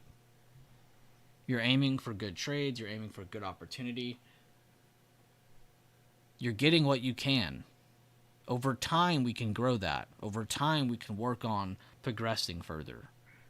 On reviewing not just the chart, but also ourselves. How did we act during that trade? You know, that would be a good breakdown for yourself. Damn, Roku, back on the uppity up. They're holding their gains.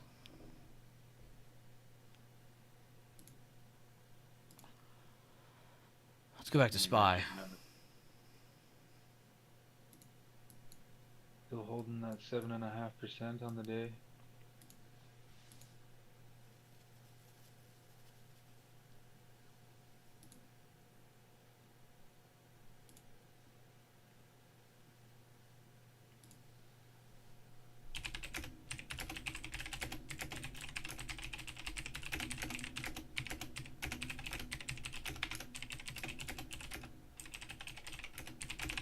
We'll go right back to open.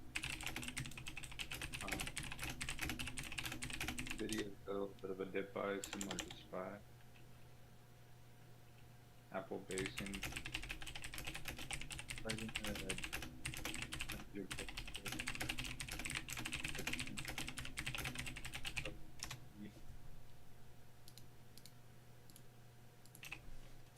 Yeah. Closing on the trade floor there.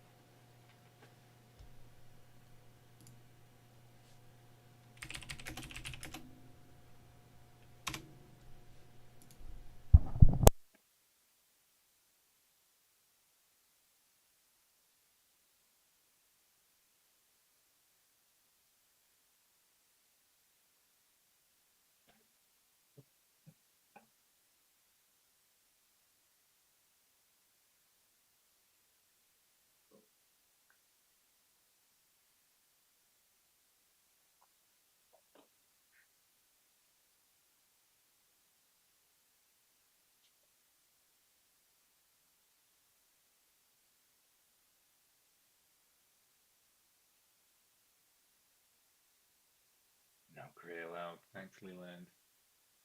I didn't know there was a background choice color police in here.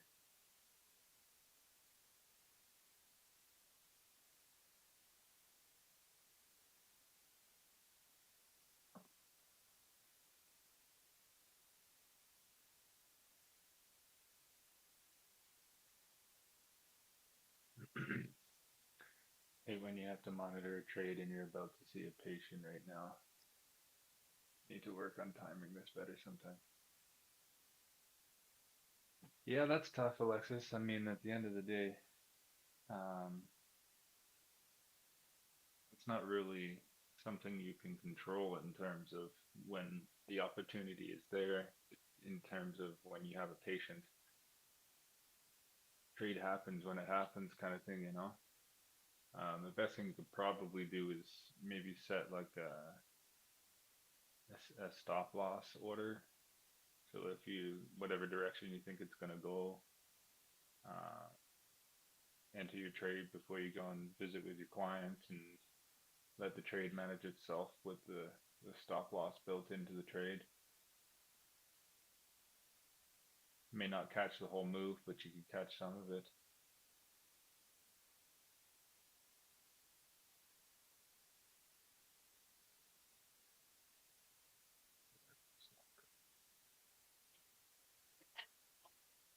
Hey, Mikey, no worries.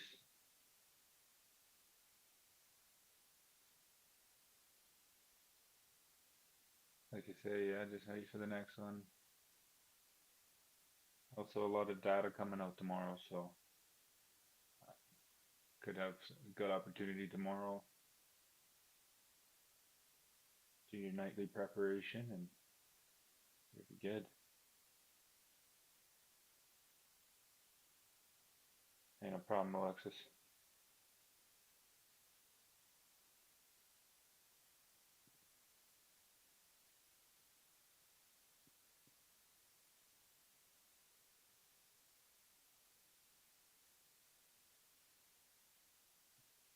Yeah, exactly.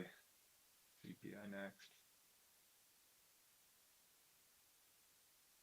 Just looking at the SPY chart here, get a nice buyer reaction on the 1 minute. Breaking out of this little consolidation range. Really set to the fives, but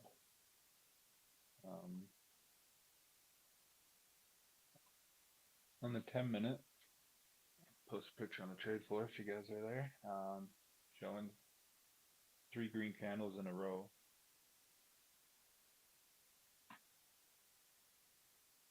It's pretty nice.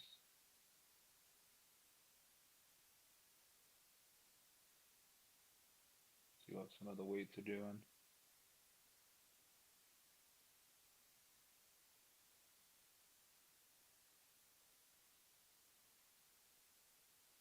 Microsoft retesting previous day low.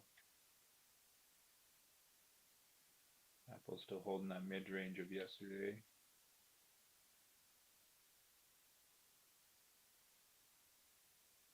Nvidia finding some buyers. I forgot to press send on my picture. AMD.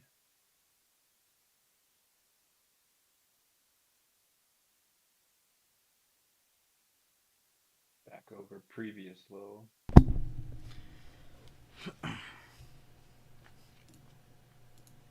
Oh wow, Adobe's found some buyers.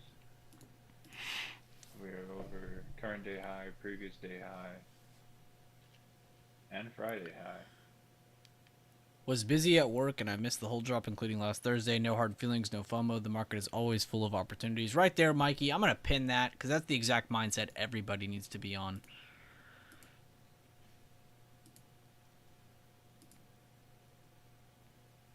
And yeah, Alexis, nothing you can do about that, man. You know, setting alerts, that's about as far as we could do. If you end up getting busy, man, there's really nothing we could do about it. The best we can do is have control of our emotions and try our best not to have hope or joy, you know, when we're missing or inside of something. Therefore, when you are missing it, it hurts less. But we need to have that mindset that Mikey was just talking about. Which I know you have that mindset. I just like to keep everyone focused. CPI will be the next, probably. I was just saying to Alexis, for times like that, the best thing you could probably do is just set a stop loss on your trade. And you may not catch the whole move, but at least you might catch some of it. And if not, you get stopped out while you're with your patient, and you don't have to have all those emotions. Damn, this might be a pretty big name I've never charted before. Did anyone trade Dell? I did not trade Dell. But I can see they did give off a... Oh, wait. I was going to tell y'all the pattern, but you know what? I want y'all to guess it. What is this pattern called? Just these two. Just these two. Don't worry about the wick. Don't worry about any of that. I'm literally just talking about this candle as a whole.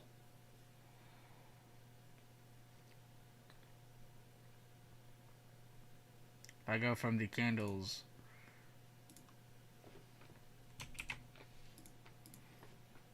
Wow, it works both ways. Okay. That's a good sign, too. It's past the previous day's halfway point, no matter how I grab it. A bearish engulfing? By the body, it is, yes. But what is it if you count everything? Leland. And a dark... Yes, Ryan, that's what I was looking for. Good stuff. I wanted to see both of those answers. Because it's a little bit of both. Morning, guys. Late to the show. Watching the guys on Discord bank on SPX Poots. What's up, Fake Mojo? It's always a pleasure seeing your name pop up, man. How have you been? Jesus, Leland.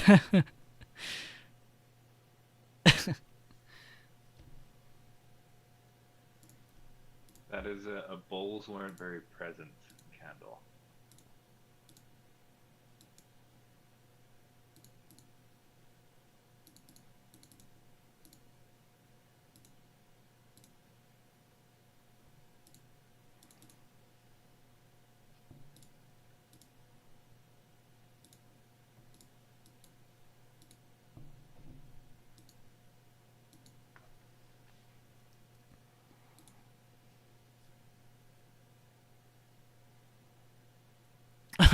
No, it is not that pattern. That is what it can depict from the candle, though. Stop trying to make fetch happen, Leland.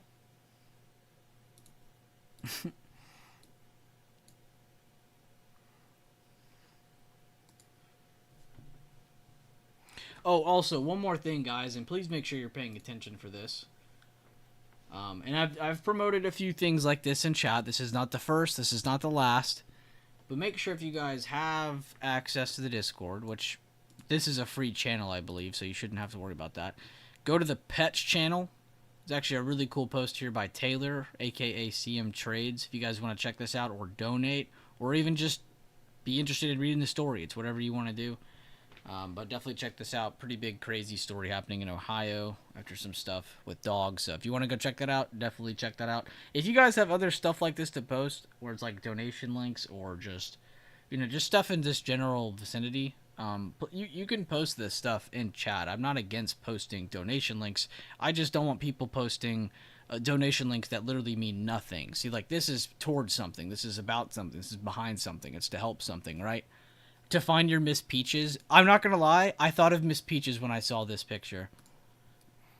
I was like, wait, this is Dave Portnoy's dog.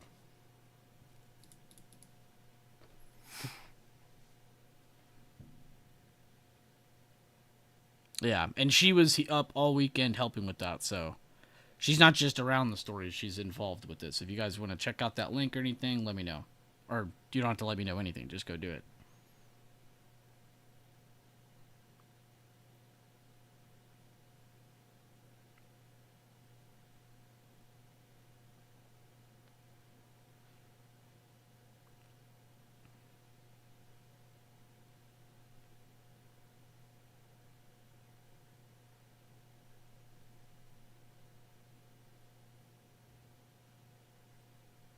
Bulls are putting in the work right now.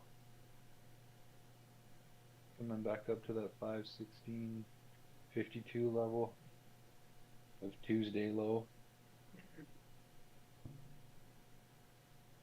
Do they have the strength to push through? Or are we gonna get a rejection?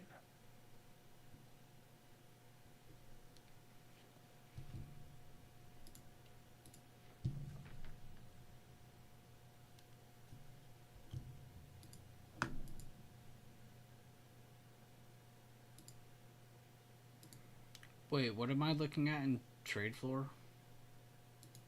Oh, what? What does Leland want as a rule? Oh. Oh, no gray. gray charts? Who has White. gray? I do. That's not It's like gray. an off-white. That's not even close to gray.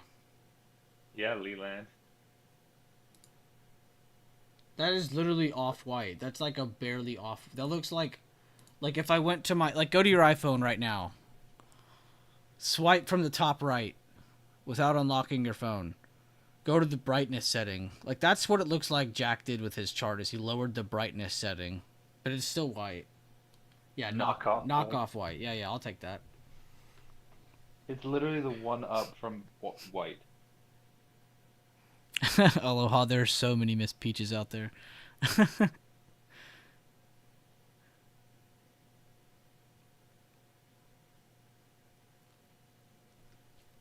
All right, guys, let's go check out IWM real quick. Who's been looking at IWM more since my recommendation of checking it out more when you guys aren't looking at SPY as much? Who's been actually looking at IWM more?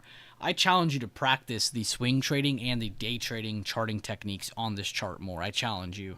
This is definitely one of my favorite charts to just kind of practice with, really. Even if you don't trade IWM, it doesn't matter.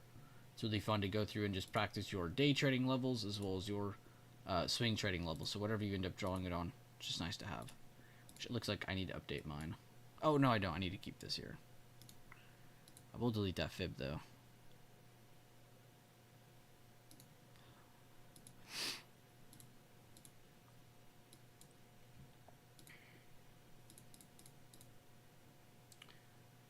Oh, nice, Jack.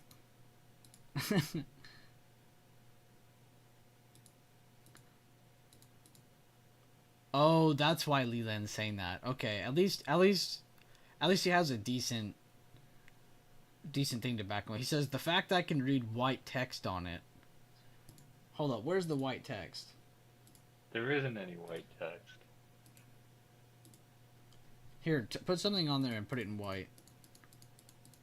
Okay, I'm gonna Like put white text on there. I want to see this. I want to see how much I won't be able to read it. Yeah, there. He's got a bit of a point. Nah, fuck his point. Show his money where his mouth is, bro. Put that chart in there with white text on it. Okay, I'm doing it. Leland's probably laughing his ass off right now. Yeah, he is.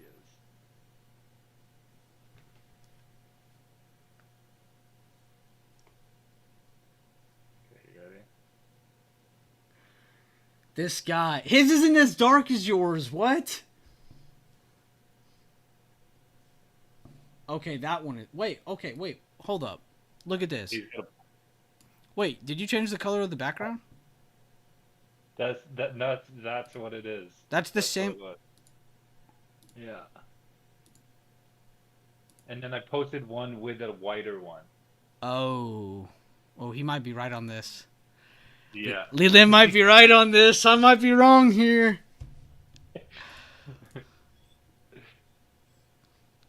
Damn it.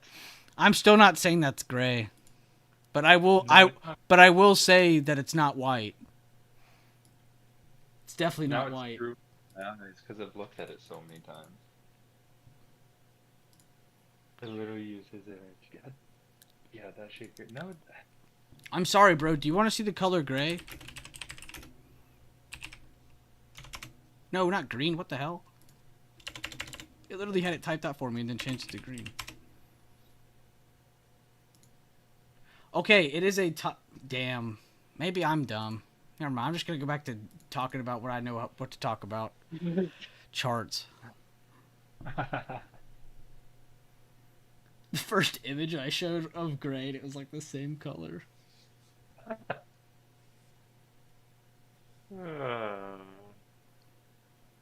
Maybe I just have a different definition of gray than everybody. Because gray to me is the mix of black and white. That looks like a blue gray, like it's like a completely different color. It just looks like a dark white, like a dark. Yeah. I don't know. The contrast. You turn the contrast down. Wait, I am colorblind. Y'all need to quit asking me about colors. But wait, these are shades. This isn't even colors. These aren't colors. These are shades. I'm actually just tripping right now. He's like, I think Bueller's color. Like, I'm over here, like, yeah, that's why I can't see. Like trying to take the route, trying to scapegoat my vision. All right, guys. From the drop, I want to draw this fib because I didn't draw it yet. But if you go from the high to the low here, this would be your lead test fib, potential lead test fib. So if we do get a rejection, it's going to probably happen between this area. So I'm just going to highlight this area.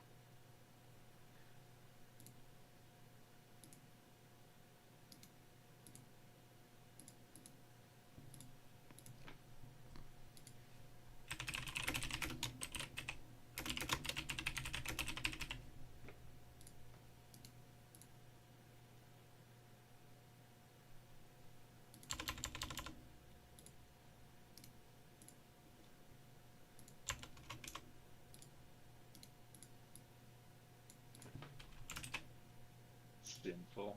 Don't judge me by my shade.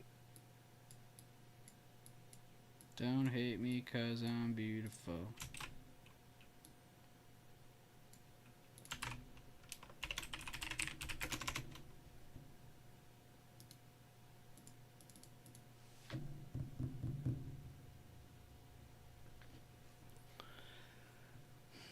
To fix lunch for the kiddo. Yeah, man, I was wondering what I'm getting for lunch. Trade safe all.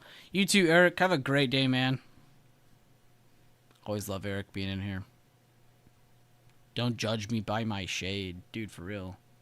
No shade about shades in here. You're such a shadist.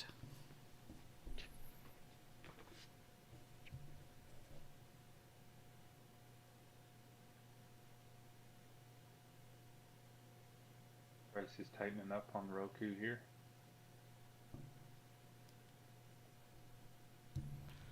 Pump Roku, you said? Yeah, I think it could. Holding some nice wicks on the bottom. Doesn't mean it will, but Google looks like it might be going for the overnight gap fill after a morning pump. Sorry. Kind of funny they smack all-time high. They're like, all right, that's all we wanted to do. Yeah, that was good enough. It's like going in the gym, doing one pull-up, and be like, all right, I think that's about the went. extent of my trip. I can say I went.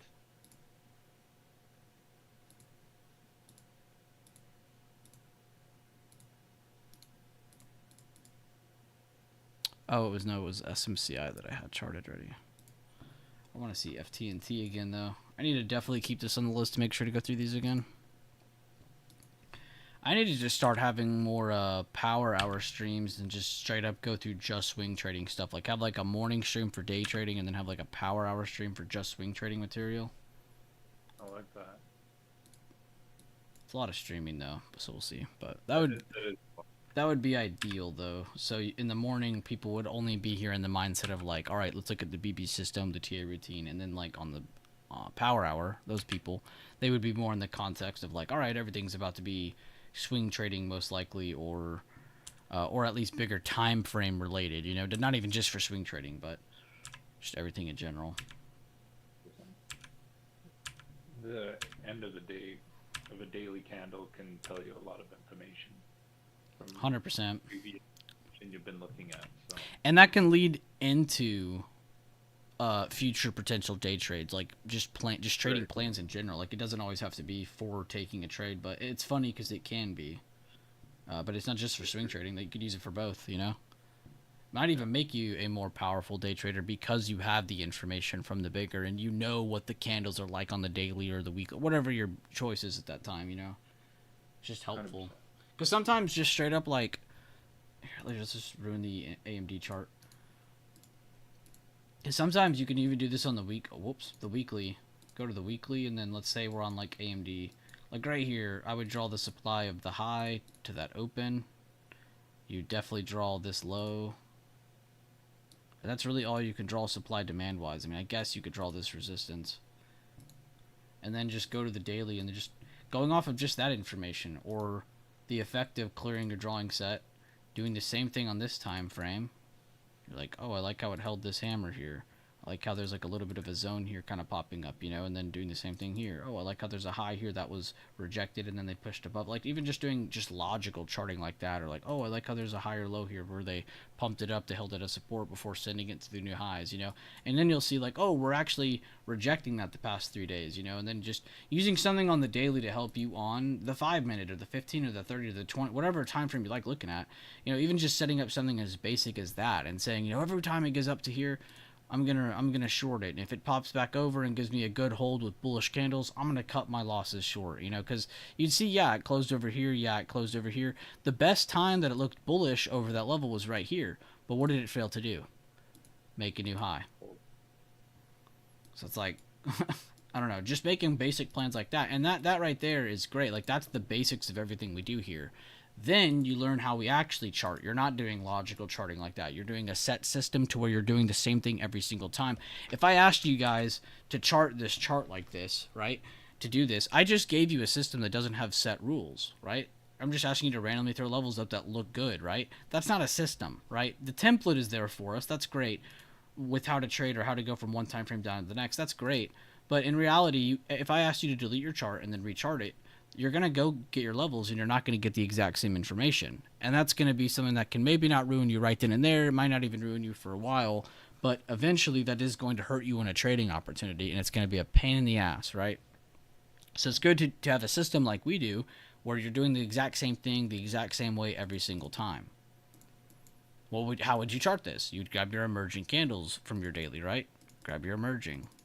Then you can grab halfway points, and you can grab all-time high. Then you can grab the supply. Then you can go down to your 5-day, 5-minute, grab your previous day demand, previous day supply, and then see, does that day interfere with it? Because right here, this is how you should have it drawn at least. As of Friday, you should have the low. You have the open here. You have the previous day close of that day, the previous day low of that day. So you should have, at the very least, have that tiny little zone drawn. Personally, I would probably go from this candle's low, because you need to at least have the low of the move. And normally the rule is to go to the top of the last red candle before the reversal, which I kind of like that because it actually does involve taking over the previous day close, but you don't really get that day's open, so that's still kind of a questionable level we don't have marked, but this is how I would have it drawn. I would just use the rules because it's consistent. Low to the top of the last red candle. What about our supply? Once we got up here and we made resistance, we reversed from here. We had a nice red reversal here, right? So we could either take the open of that candle or the open of that candle. If you want to be passive and just grab that second one, but you get the high and the lower high, you get all the information right there at that resistance. Now we know what the range is until we see a new break, right? So now we're watching for a new break of new highs towards 174.20s or break of new lows and see if we go test whatever's under that. 162.50s, 160. That's it. So even just basic charting like that, but I should be able to clear my chart, go back to the daily, and I should be able to rechart it and get the exact same information.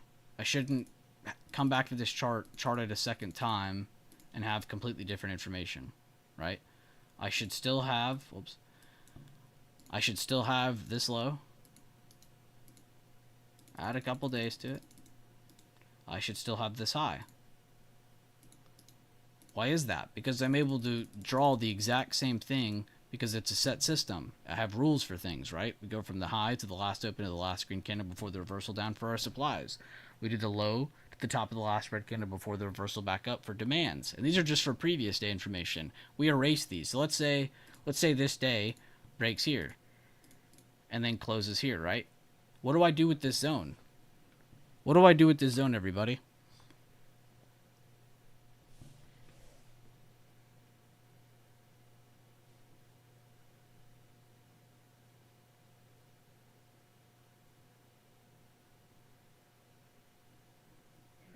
Sleep.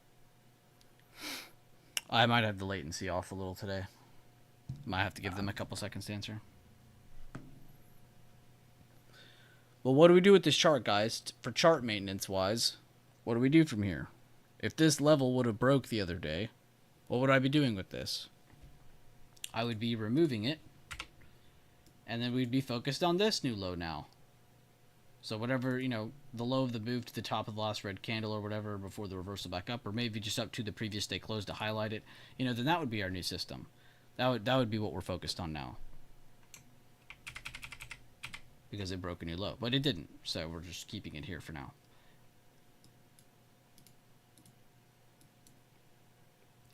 Stacking confirmations and information. Exactly. You're just stacking information based on the same rules. Is it always going to do this? No. Some days you're going to just get uptrends, and it's really easy to draw every day. Another question I get a lot of is, should you add the previous day high supply, like this one, if you're already inside of a range like this? Like, yeah, you can if it doesn't bother you. I wouldn't draw one here. They're perfectly sitting on it. I'd maybe draw this one here just to see, like, oh, okay, it is under this one. This is the previous day high supply. Here's today. Yeah, you can, but you really have to clear it or, get above it or retest it or move away from it or break it. Do anything with it to really delete this and then re-add it again to the new low or the new high. Because you're basically just focused on the boundaries of price for now. But yeah, that's the basics of the system. And I like to kind of like either change the color of them or something, and then because price is always reactive to that area. Mm-hmm. It may not be the strongest one, but you always get some kind of slowdown or consolidation there. Well, not always, but yeah, not always, but a lot of the time. They're notable areas always, regardless. So they're just nice to know. It's like, oh, why did it do that? Oh yeah, because we're still inside that first range, but we did have a supply or demand zone here of yesterday or whatever.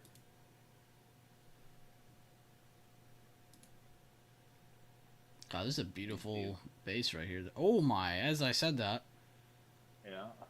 Nice push over that little high right there. Let's see if they actually get into this level, though. Do they actually get into this gray area?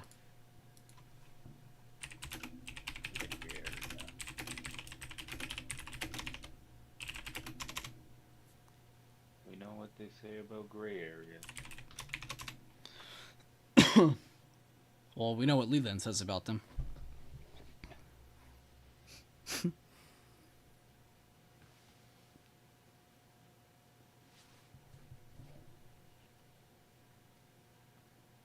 is kind of the make or break it zone for the Bulls.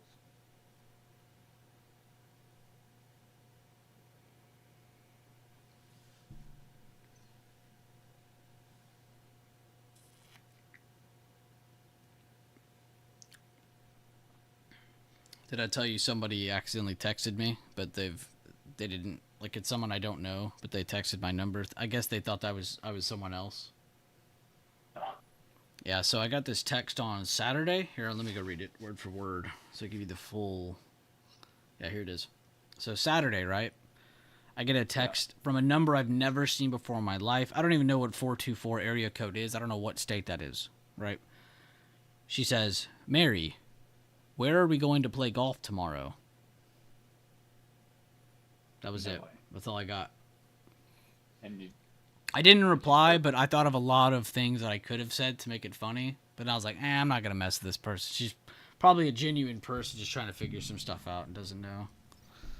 I just let it sit there. Mikey's like, hey, that's me. Yeah, that'd be even funnier if it was someone in here. They're like, wait, I texted Mary to see if we were golfing tomorrow. 424 is the Dominican Republic. Is it really? 424 area code. The 424 area code is located in California and covers the western part of Los. I almost said Los Santos, bro.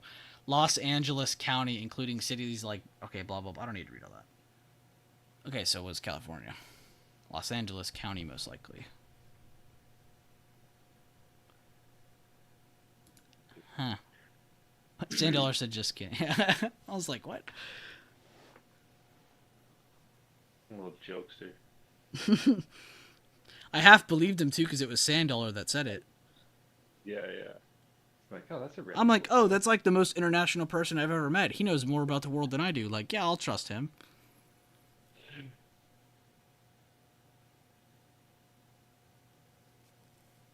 That was his goal. Get him to trust him. Get us to trust him.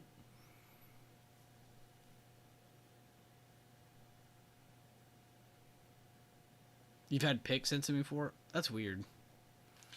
Yeah, it's just like, it's funny, like, people, like, will send so much before they realize, like, wait, I'm texting the wrong, which I get calling the wrong number, but how do you text the wrong number? Unless you just literally fat fingered it.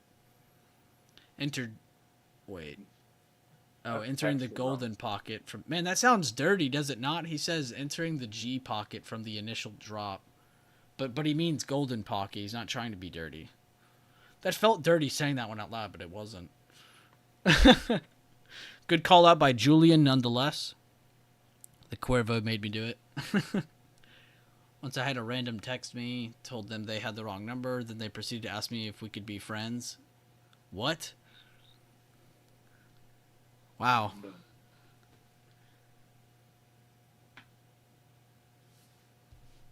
I had an old lady call me the other day. She was like calling for like Derek when I answered the phone. I'm like, no, wrong number. I'm definitely not Derek, but I sure would like to be. Yeah. I mean, if you're handing out money or something, I can be Derek. But I like hung up and I go back to what I'm doing. Phone rings again. I'm like, hi, I think you got the wrong number again. Oh, this isn't Derek? I was like, no, still not Derek. Yep, still not Derek. Did you hear the first time I said it? Bulls are reacting in a very positive fashion. This is a gray area, though, so be very careful. We have demand at the bottom of our chart. We have supply at the top of our chart. What you have here in the middle of my chart is what we like to call a combination of this. It's a pivot area, so either bull or bear can have control here. Right now, you are still in an area where bears could still reject and bring this down, but it is a good sign that they're in that area as well as pushing over another level that's also there. So it's a very good sign. But as the arrows indicate, this is bearish if they crack back under 516.78.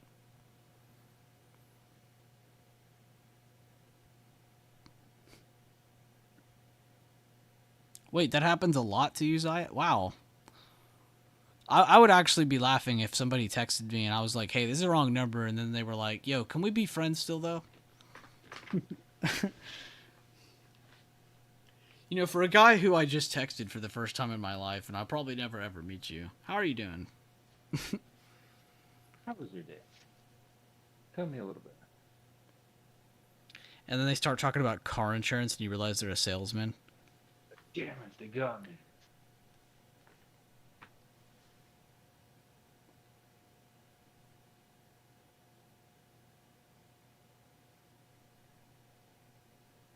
I just saw Lee land on the trade. I can literally hear that one in my head. Like, I can hear his voice. The Key and Peele skits are definitely invested. Good stuff for sure. Son of a bitch.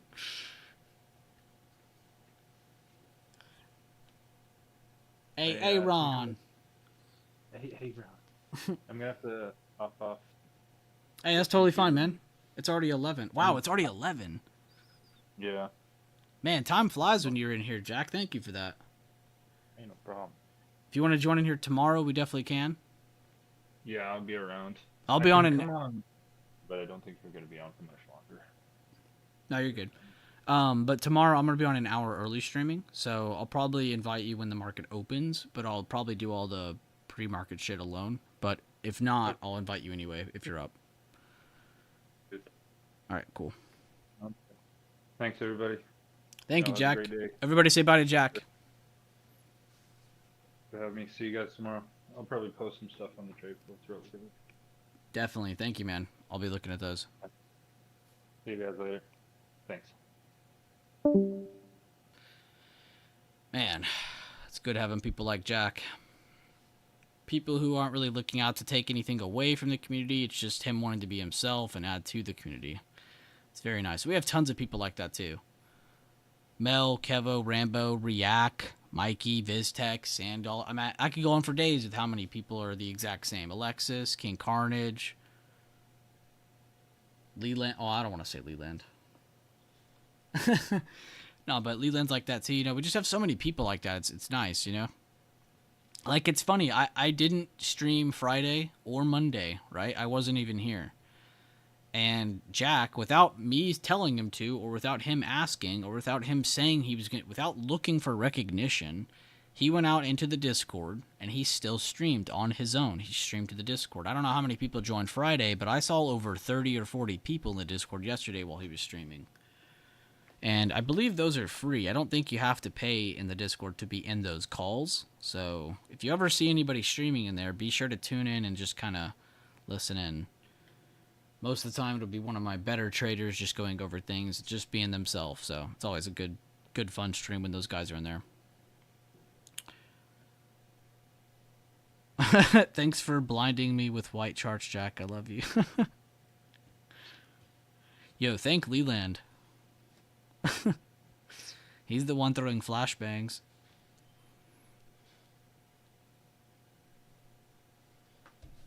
Oh, my bad, Mel. I should have gone to the 1 minute for you. You want to see something cool, guys? Alright, so this is something I've never talked about on stream because it's still kind of something I need to backtest a lot more. But do you guys want to see the way of seeing the perfect retest of something, whether it's for a buy the dip or for a reversal? This is pretty cool what I was going over. So I was just looking at this for like investment point of views, like how to buy shares at the right spot of a chart. And you guys know how much we talk about halfway points. Like, we talk about halfway points in here like crazy. Well, I started backtesting, like, because, all right, so let me start over. So, you know when we're drawing, like, emerging candles?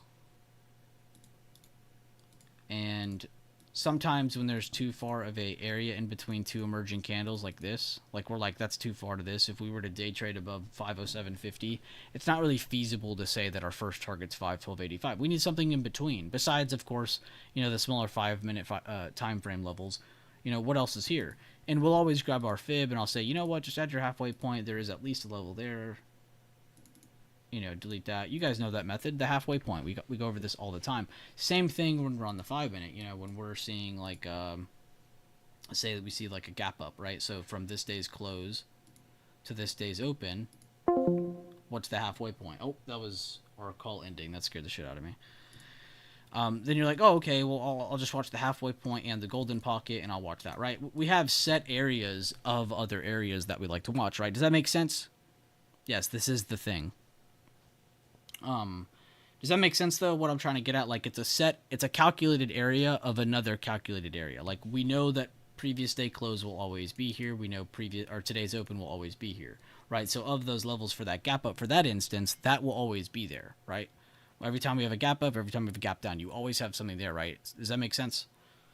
I'm probably explaining that in a very horrible way, but my point gets across nonetheless. All right, let's move on to the day trade chart again. So what I was going to show you, and this is just something you should look for.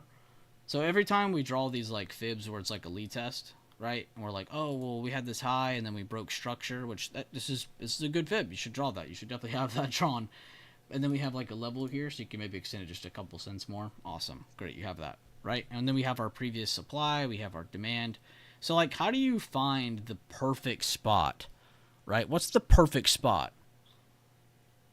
By using that exact same method, you could get another halfway point. Now, I know this might be like, oh, he's just adding levels on levels. It is, but you're drawing the most important area of that area, if that makes sense, right? Just like we did with the other fibs and how I did with the emerging candle halfway point. Exactly, the 50%. So, and always go from down to up. Always go this way. Always go this way when you're doing this, because all we're trying to do is get the halfway point. We don't care about what direction, right? So I want to go from this level to the top of that zone, and I just want to see where is the halfway point of that zone, right? Because that's essentially what this is, right? This is a pivot point where buyers or sellers could take place, right? And let's leave this line dotted, maybe a different color as well, so we understand it is different. It's not part of our usual system, right? Because this isn't, and that we haven't tested this enough. We're not allowed to just include this yet. We haven't looked at it enough. We haven't studied it enough. We haven't trusted it enough. We haven't gotten comfortable with it yet, right? So we're not allowed to just add this every day, right? We need to backtest this more. And that's what we're going to do over the next couple weeks. But this is how you really should be looking at the chart, right? So you need to already have this drawn from your fib, delete your fib, highlight it, whatever you need to do, right? And then of that area, you need to be focused on that, right? And I've noticed this a lot with like some of my swing trade setups too. It's not just for day trading, it's for everything, right? Every time you have a zone drawn, I swear if you go from, there we go. I swear if you go from the low to the high of that zone, right? And then you add the halfway point, it almost gives you like the most calculated area you could even think of. And I know you might be thinking like, well, isn't that what we already have? Yes, but now instead of an area, you're being given an exact level, right? And sometimes you'll notice too, a lot of the times the pattern, like in this case, it's like almost a morning star look. We just don't have the gaps. It's giving you that same look where it's closing back over that level. And yes, the next day went up, but that isn't the point of this. This is so over the next few days, you are looking for a parameter, right? So instead of just saying, I want to see a bullish candle appear here. Okay, that's great. What else do I need to see though? I need to see a bullish candle appear here, as well as, oh, okay, I also need to see it close over this level. So yeah, one candle's awesome, but it'd be nice to see, okay, well, let's see this reverse back down. If they give us another like piercing line or a morning star or a bullish engulfing or literally anything, that's very high probability, because now it's not just trying to show you that it's holding a higher low of an area that could be a demand, this pivot point that could be a demand holding, but now you're also seeing the halfway point of that potential demand holding. So now you're being given multiple things saying, hey, we're trying to hold here. So, and what else does this align with? Having a set system, right? Every time we draw emerging candles, it's a set system. You're always going to have those, right? Previous day open, previous day close. You're always going to have these levels, right? Same thing with this. You're always going to have areas where in which you can draw that halfway. So again, if you see an important area, if you have your previous day high supply, if you have a previous day low demand, if you have a big demand or supply on your chart on any time frame, and you want to have an exact point in between, that's a really awesome area to grab.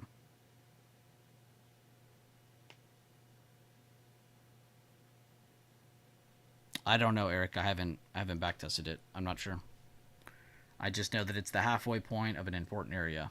And I don't want to make it any more broken down than that. I don't want to have to think about it. I just want it. That's it. That's as simple as it can be. I don't need to think about it anymore. It's a halfway point of an important area. That's it. If that is the percent fib, then it is. I'm really not sure. But this isn't 50% of the golden pocket, though. This is 50% of an important area. Just so you know that, too. Because this isn't just the golden pocket. This isn't just control. This is everything. In this case, it's a demand. On the other case we were looking at, on SPY, when we were on this time frame, this was the control point and golden pocket together, right?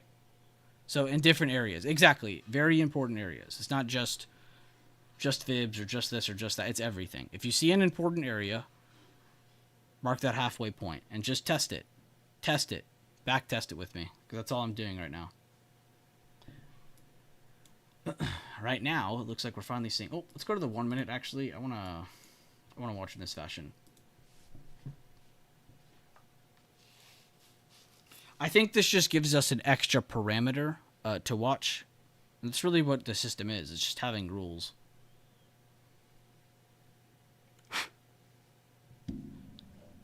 Let's see here.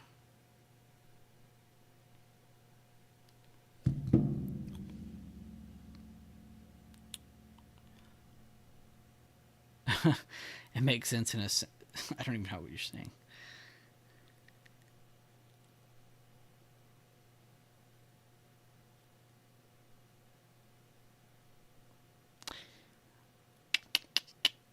Is this the thing? The thing.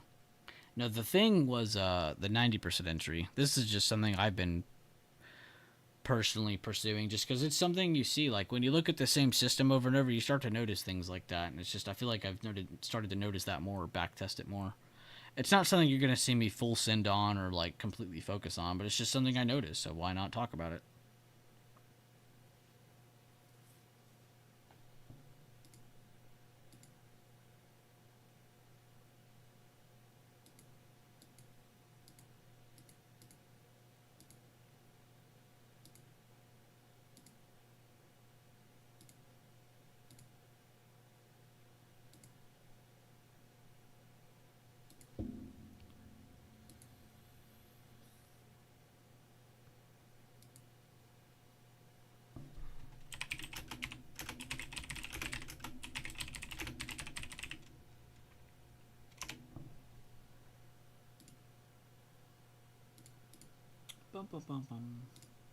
Oh no, Eric.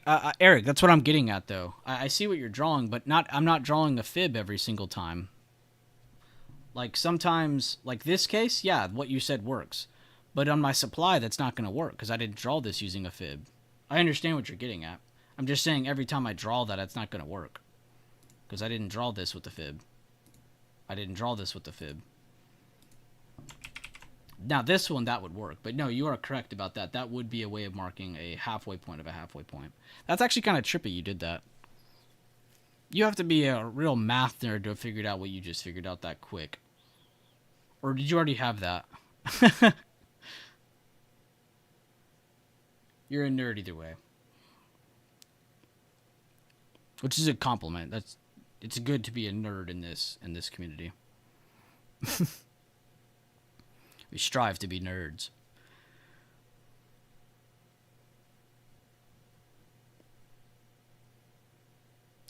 But that would work though if you were drawing a fib and you wanted to draw it that way, because that's automatic. You don't even have to draw it again. That's pretty cool. 5-minute inverted hammer rejecting VWAP and the golden pocket. Candlestick has not closed yet. Good call out by Julian.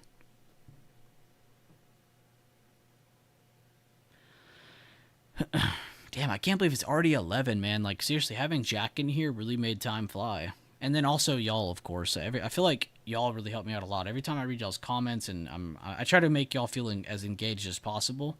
Not so I have better views or better streams. I really don't care about that. It's really because it helps me stay focused as well. It's kind of like a personal thing, but it's nice. Like, focusing on you guys helps me not, oh, I gotta check chat, I gotta check this, I gotta check this.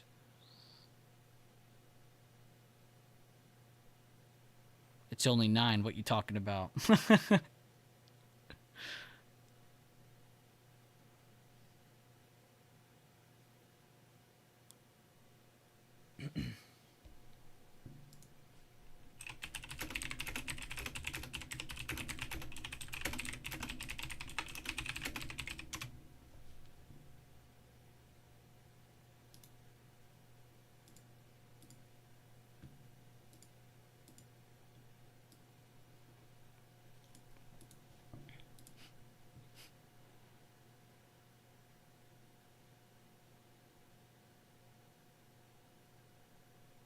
I don't want to see anybody giving excuses. This man had time to help his son out of his high chair while he was in his trade.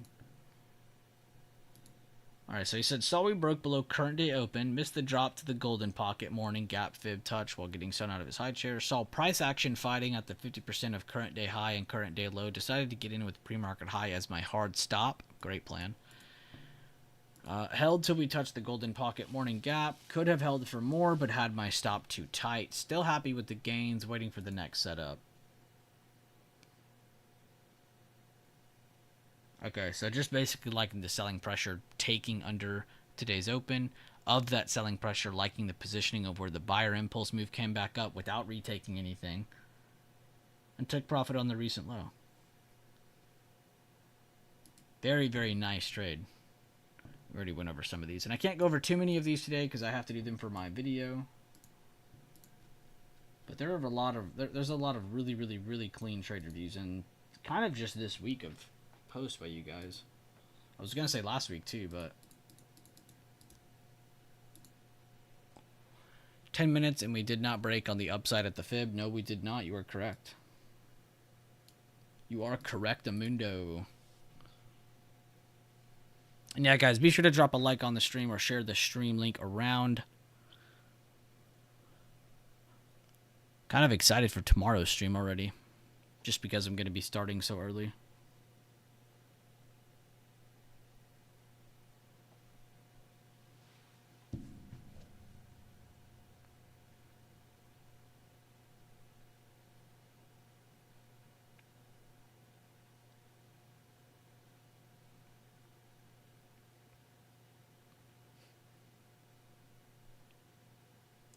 Wow, what a great name this guy has. Alan Biverson.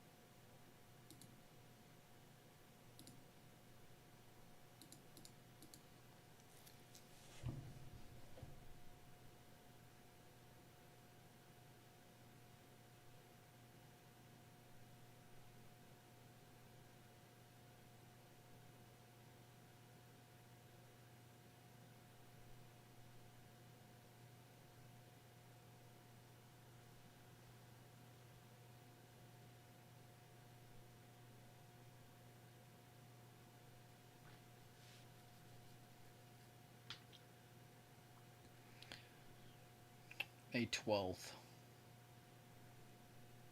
Damn, I gotta wait a month and 3 days for Schwab.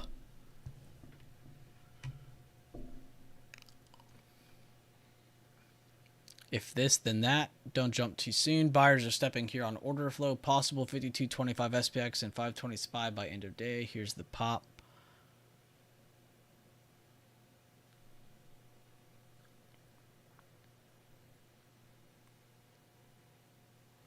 It may rain here, so I'm out till direction shows up. Good updates by you guys. Just good to see what you guys are doing. Doesn't matter if we're right or wrong. See if we get a good push above this area, past 517.50s. That'd be good for bulls. We get a rejection here and a crack under 516.50s, really. Got about $1 range here we can watch. Could get a good dip back towards the higher low from the low of today. But let's not take that into consideration. That's ruining trend a little bit. Oh. I was going to end stream, but I want to sit here and see how this plays out now.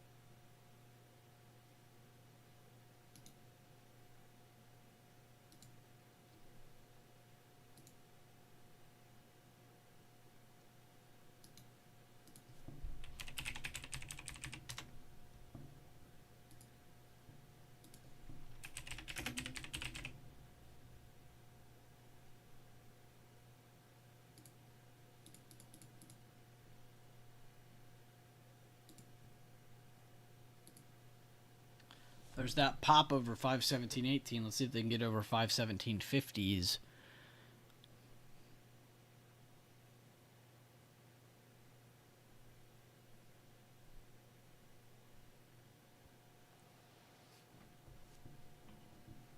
Nice move. Very nice move. Wow.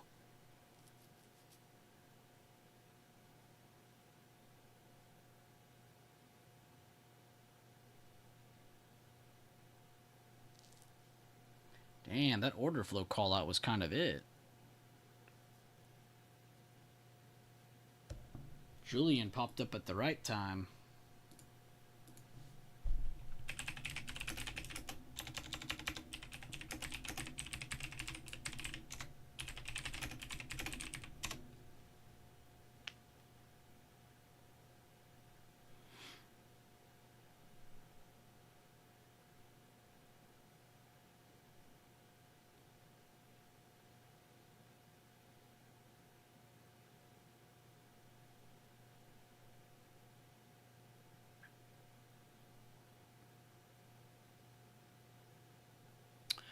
When you sell, what do you click or push? Predetermined sell location or sell bid, sell at the ask mark sell? Not only that, but got some delta.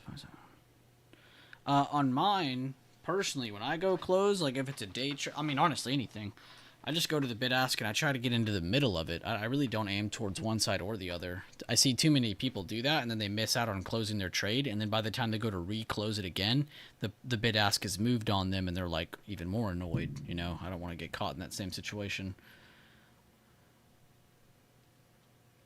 I really don't know why people care about trying to get that extra $1 or $2 when you could get the perfect sell $1 or $2 less.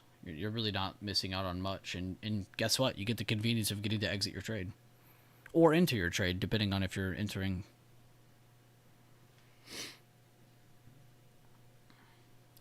Oh my gosh, watch them perfectly reject this. That would be crazy. Yeah, very nice pop.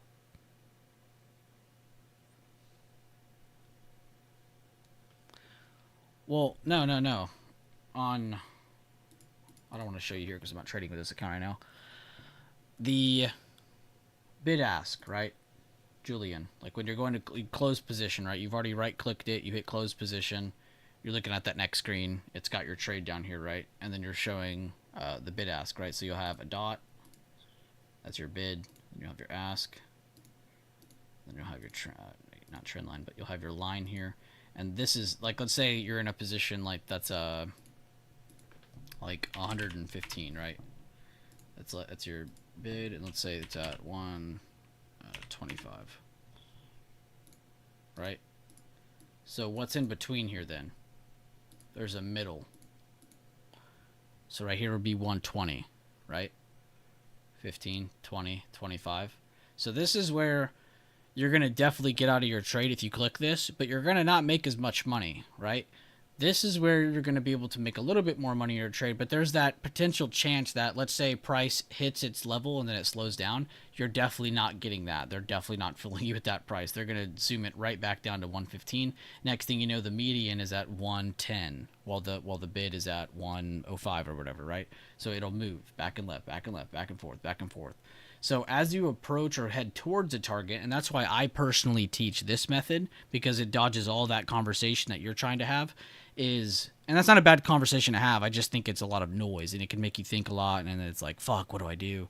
You know, because you might know what you're talking about, and then you might think back on it and be like, wait, do I? And you second guess yourself, and you know, and it could definitely mess. I'm not talking about you, Julian. I just mean people in general will second guess themselves on this exact topic. So with this system here, you're aiming towards something, right? So let's say I'm in this candle. I'm in calls, right? With you were saying order flow is calling for calls in this general area, and then it made this pump. So let's say I just randomly entered, and I liked that you said that, right? And I got in. And then it starts pumping towards this target. Now, in my head, I know that this isn't bullish until it closes over this. So if I'm in an early position, I should also take profits early, right? So let's say my goal was to just take profit at the top of that level. Not a huge move, nothing crazy. But you and me both know same-day SPX scalps with a 0.08, 0.09, 0.10 delta on that chain is going to give me a good enough move for some profits, right? We get a move, it hits that level. I need to be taking profits as I'm heading towards that level or hitting that level. Not when the candle closes, not when the next candle opens, not when this candle closes and the next candle opens and I'm pulling away from my target. No, because now what is this doing? The momentum is now shifting this way. Price is going down. Because price isn't going up anymore. Price isn't reacting in a way where it thinks it can go up anymore. I have to get out before it does that. Right? So as it's heading towards this level, guess what the scale is doing? It's going up.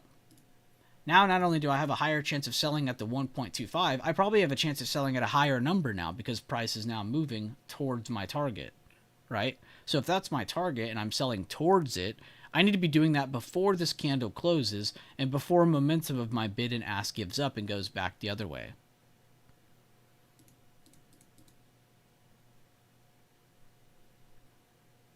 Hopefully that makes sense.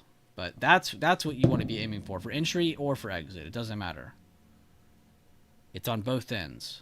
You got to understand the momentum and the timing of what you're doing based on the bid and ask, right? So if I'm looking at this and price is zooming through the roof, this is going to be going up, right? This is going to be 125. This is going to be 135. In another second, 145, 155, 155, 165, 165, 175, right?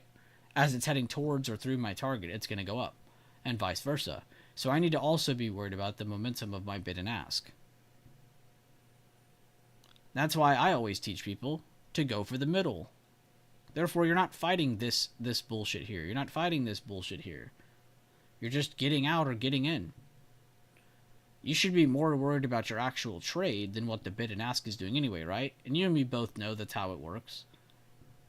But a lot of people, when they get into this topic, think more about this than they do their trade anymore.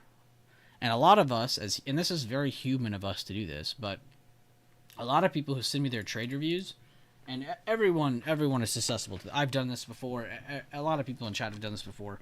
When you first start trading, and you get into options, and you're scalping quickly, and you're getting in and out of things, you start to notice like, okay, I'm doing this wrong, or I'm doing this. Like, you have good intuition of what you've been doing, right? You start to understand what you're doing more and more, right? What will always confuse you is lying to yourself, right? So let's say you're in like a call, right? We're in a call from this candle. And let's say my goal was to take profits here. But then as I'm actually in the trade, I don't do that. Let's say I wait for this candle. A lot of people think, oh, this candle isn't going to hurt me much. It's still sitting around here. Logically, I'm still up the same amount I was here. No, you aren't. The momentum has completely changed now. We're not going up anymore. We're just flat, right? So what's my meter doing on my bid and ask? What's this doing? It's going down, right?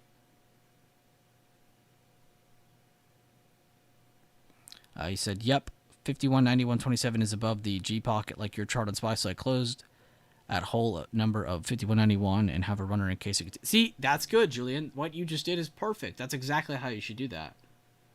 You're putting yourself into the risk, but you're doing so in a calculated manner. You're putting yourself in a position where there's a parameter, there's a rule. If this, then that. If it does this, then I do this. If it does that, then I do this. A conditional format. That's exactly how you want to trade. Great job, Julian. Round of applause. For anybody who doesn't understand what he posted just now, he basically did what my example was, and he has a runner with a stop, with an area where he's like, all right, if it does this, I'm out. So he gave himself a position where he was able to take small profits. If it ends up holding, guess what? He's making a good amount. Let's say it doesn't and it cracks under. Guess what? He's either a slight green, flat, or he's slight red. He's never going to be deep red on this trade because he gave him that cushion. He gave himself that cushion. That's how you should be trading. That is the reason for the scale out method, the staircase method that we talk about in here so much. It's so you have that protection. And you give your trade a chance of going farther, of hitting a farther target, of making it to a farther part of the chart. So 1, you end up making more, losing less.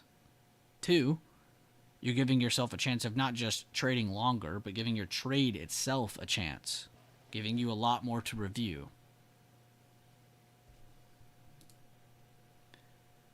But yeah, I probably need to clip this part of the stream, but that right there was a very good breakdown of just momentum, really. I mean, momentum is how you should think about it. Timing, you know? The only time we're going to mess up this is when we lie to ourselves or when we're literally not paying attention.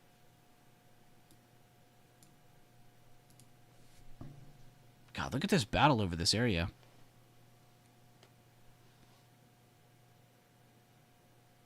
Yep, and now they're holding what looks like the 50% of that area. So let's see what they do here. Do they reject this and pull back under? Do they close over 517.50 and give us a pump towards that next area above? Either way, this chart's looking clean. I like it a lot. And I hope more of you guys have been going through the playlist and checking out all the live trades by me or Leland or some of my friends. But you'll notice a lot of the trades we take are looked at on the 5-minute or 10-minute or 15-minute or 20 or 30-minute. And the trade itself is taken on the 1-minute. So it's good to have your information set up on other time frames and zoom on down to that smaller time frame, whatever your personal preference is. And then take the trade. Focus on the things you said before you entered the trade too. I think that's like the most important thing. Like, think of like the before you, the during you, and the future you, right? The future you is going to definitely be reflected on how before you reacts, right? Or how the before you prepares. So the before the trade you needs to already have rules laid out in front of you, right? Therefore, when the during you, the current you, the live you, the I'm in a trade right now you is in that trade, no matter what you do, it should be based on something that the before you said, right? So if you said, I'm going to do this, I'm going to take profit here, I'm going to set a target here, I'm going to set a stop loss here, I'm going to cut here if it fails, I'm going to invalidate or validate over this, stick to it. Anytime when the future you is reviewing this, you're going to look back at that and be like, why did I stray away from this? I literally said this and I didn't do it.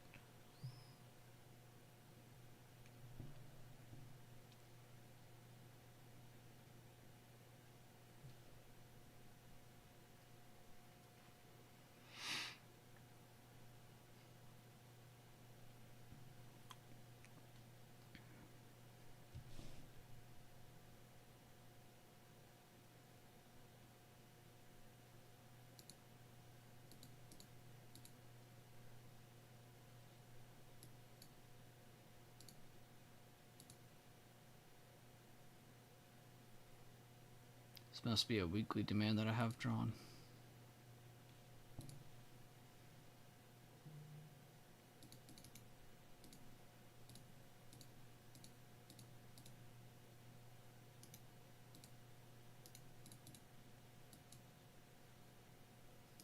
I could probably remove these annoying looking trend lines now. Sure, we're tired of looking at those.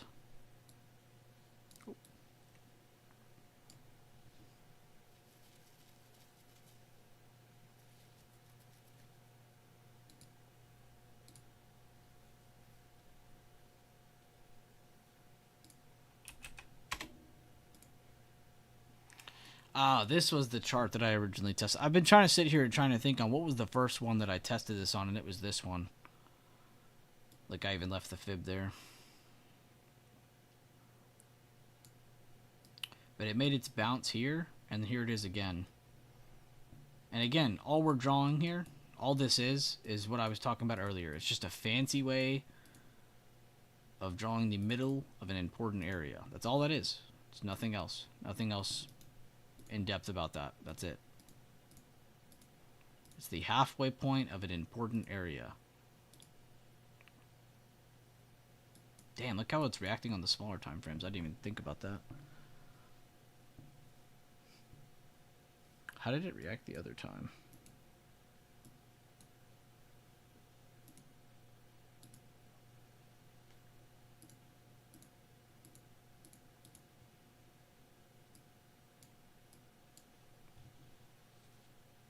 Three-bar play. An entire day of holding it, and then I had a lower open and just pumped for 15 minutes. Jesus.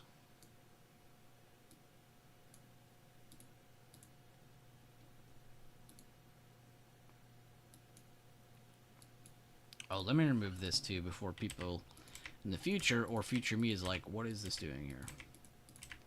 Also, it makes it harder to clean up the chart when it's all zoomed in like that. And the rest should be fine. Could probably delete the arrows too, because this is for like beforehand. It's from my weekly watch list that I posted this week. Come on. There we go.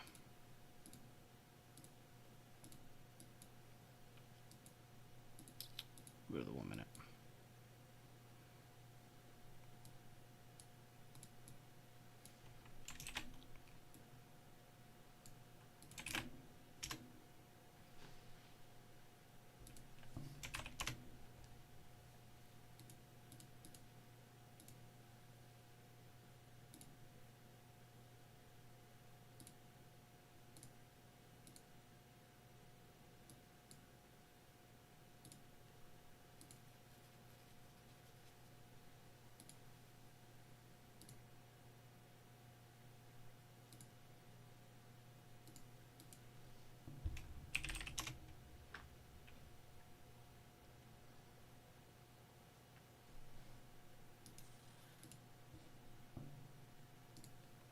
Damn, Roku is killing it.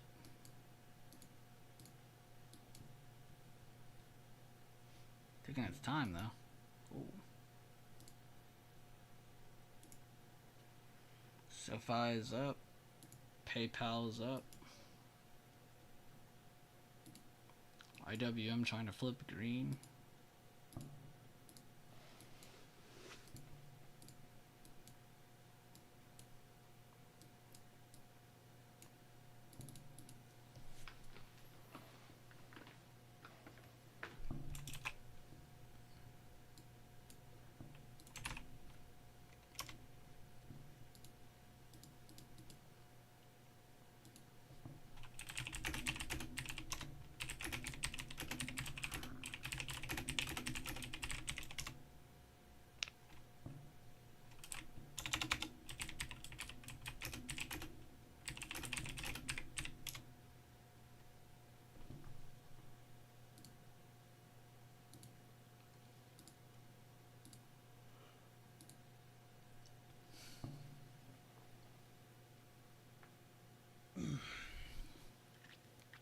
Well, guys, I think I'm going to end this stream here. Y'all have the levels. I just reposted it to everybody. See if I get that other video done. But guys, thank you again for an amazing stream today. We had over 140 people click on today's stream. Started it like 7 or 8 minutes late. That's on me. Tomorrow I will be starting the stream hopefully an hour before the market open to watch the CPI reaction to the market. So I'll probably try to start at 5 minutes before the data comes out, 5-10 minutes before, just so we can be ready for it. But I expect an early start to a stream tomorrow, and I'm gonna try to end the same time. I'm gonna try to make it to like 11 or noon. I don't want to make it small. See if we have a good CPI day or not. Either way, besides us getting like boring moves or not tomorrow, if we get that, who cares, right? We can go over stuff. But let's at least be here. Let's go through some stuff. Let's go through some just routine stuff, really. Just to make sure we're all on the same page. If anybody has any questions, let's go over them. Let's make that the day to do workshop stuff. When we have boring price action, it's a day of learning. When we have amazing price action, it's still a day of learning, but we get to actually partake in the market. We get to join. We get to have fun. Hopefully. But thank you guys again. I hope you all have a great rest of your day. Thank you all for liking the stream, commenting, being here to update. Everybody's help, everybody's guidance, everybody's updates have definitely helped whatever amount of traders in here, because it's not just me you guys help. It's not just each other. I mean, everybody as a whole is really taking away from this, and that's really what I like to see. So hope you all have a great rest of your day, and I hope to see you tomorrow for the CPI data. I'll see you guys later on. Have a good rest of your evening.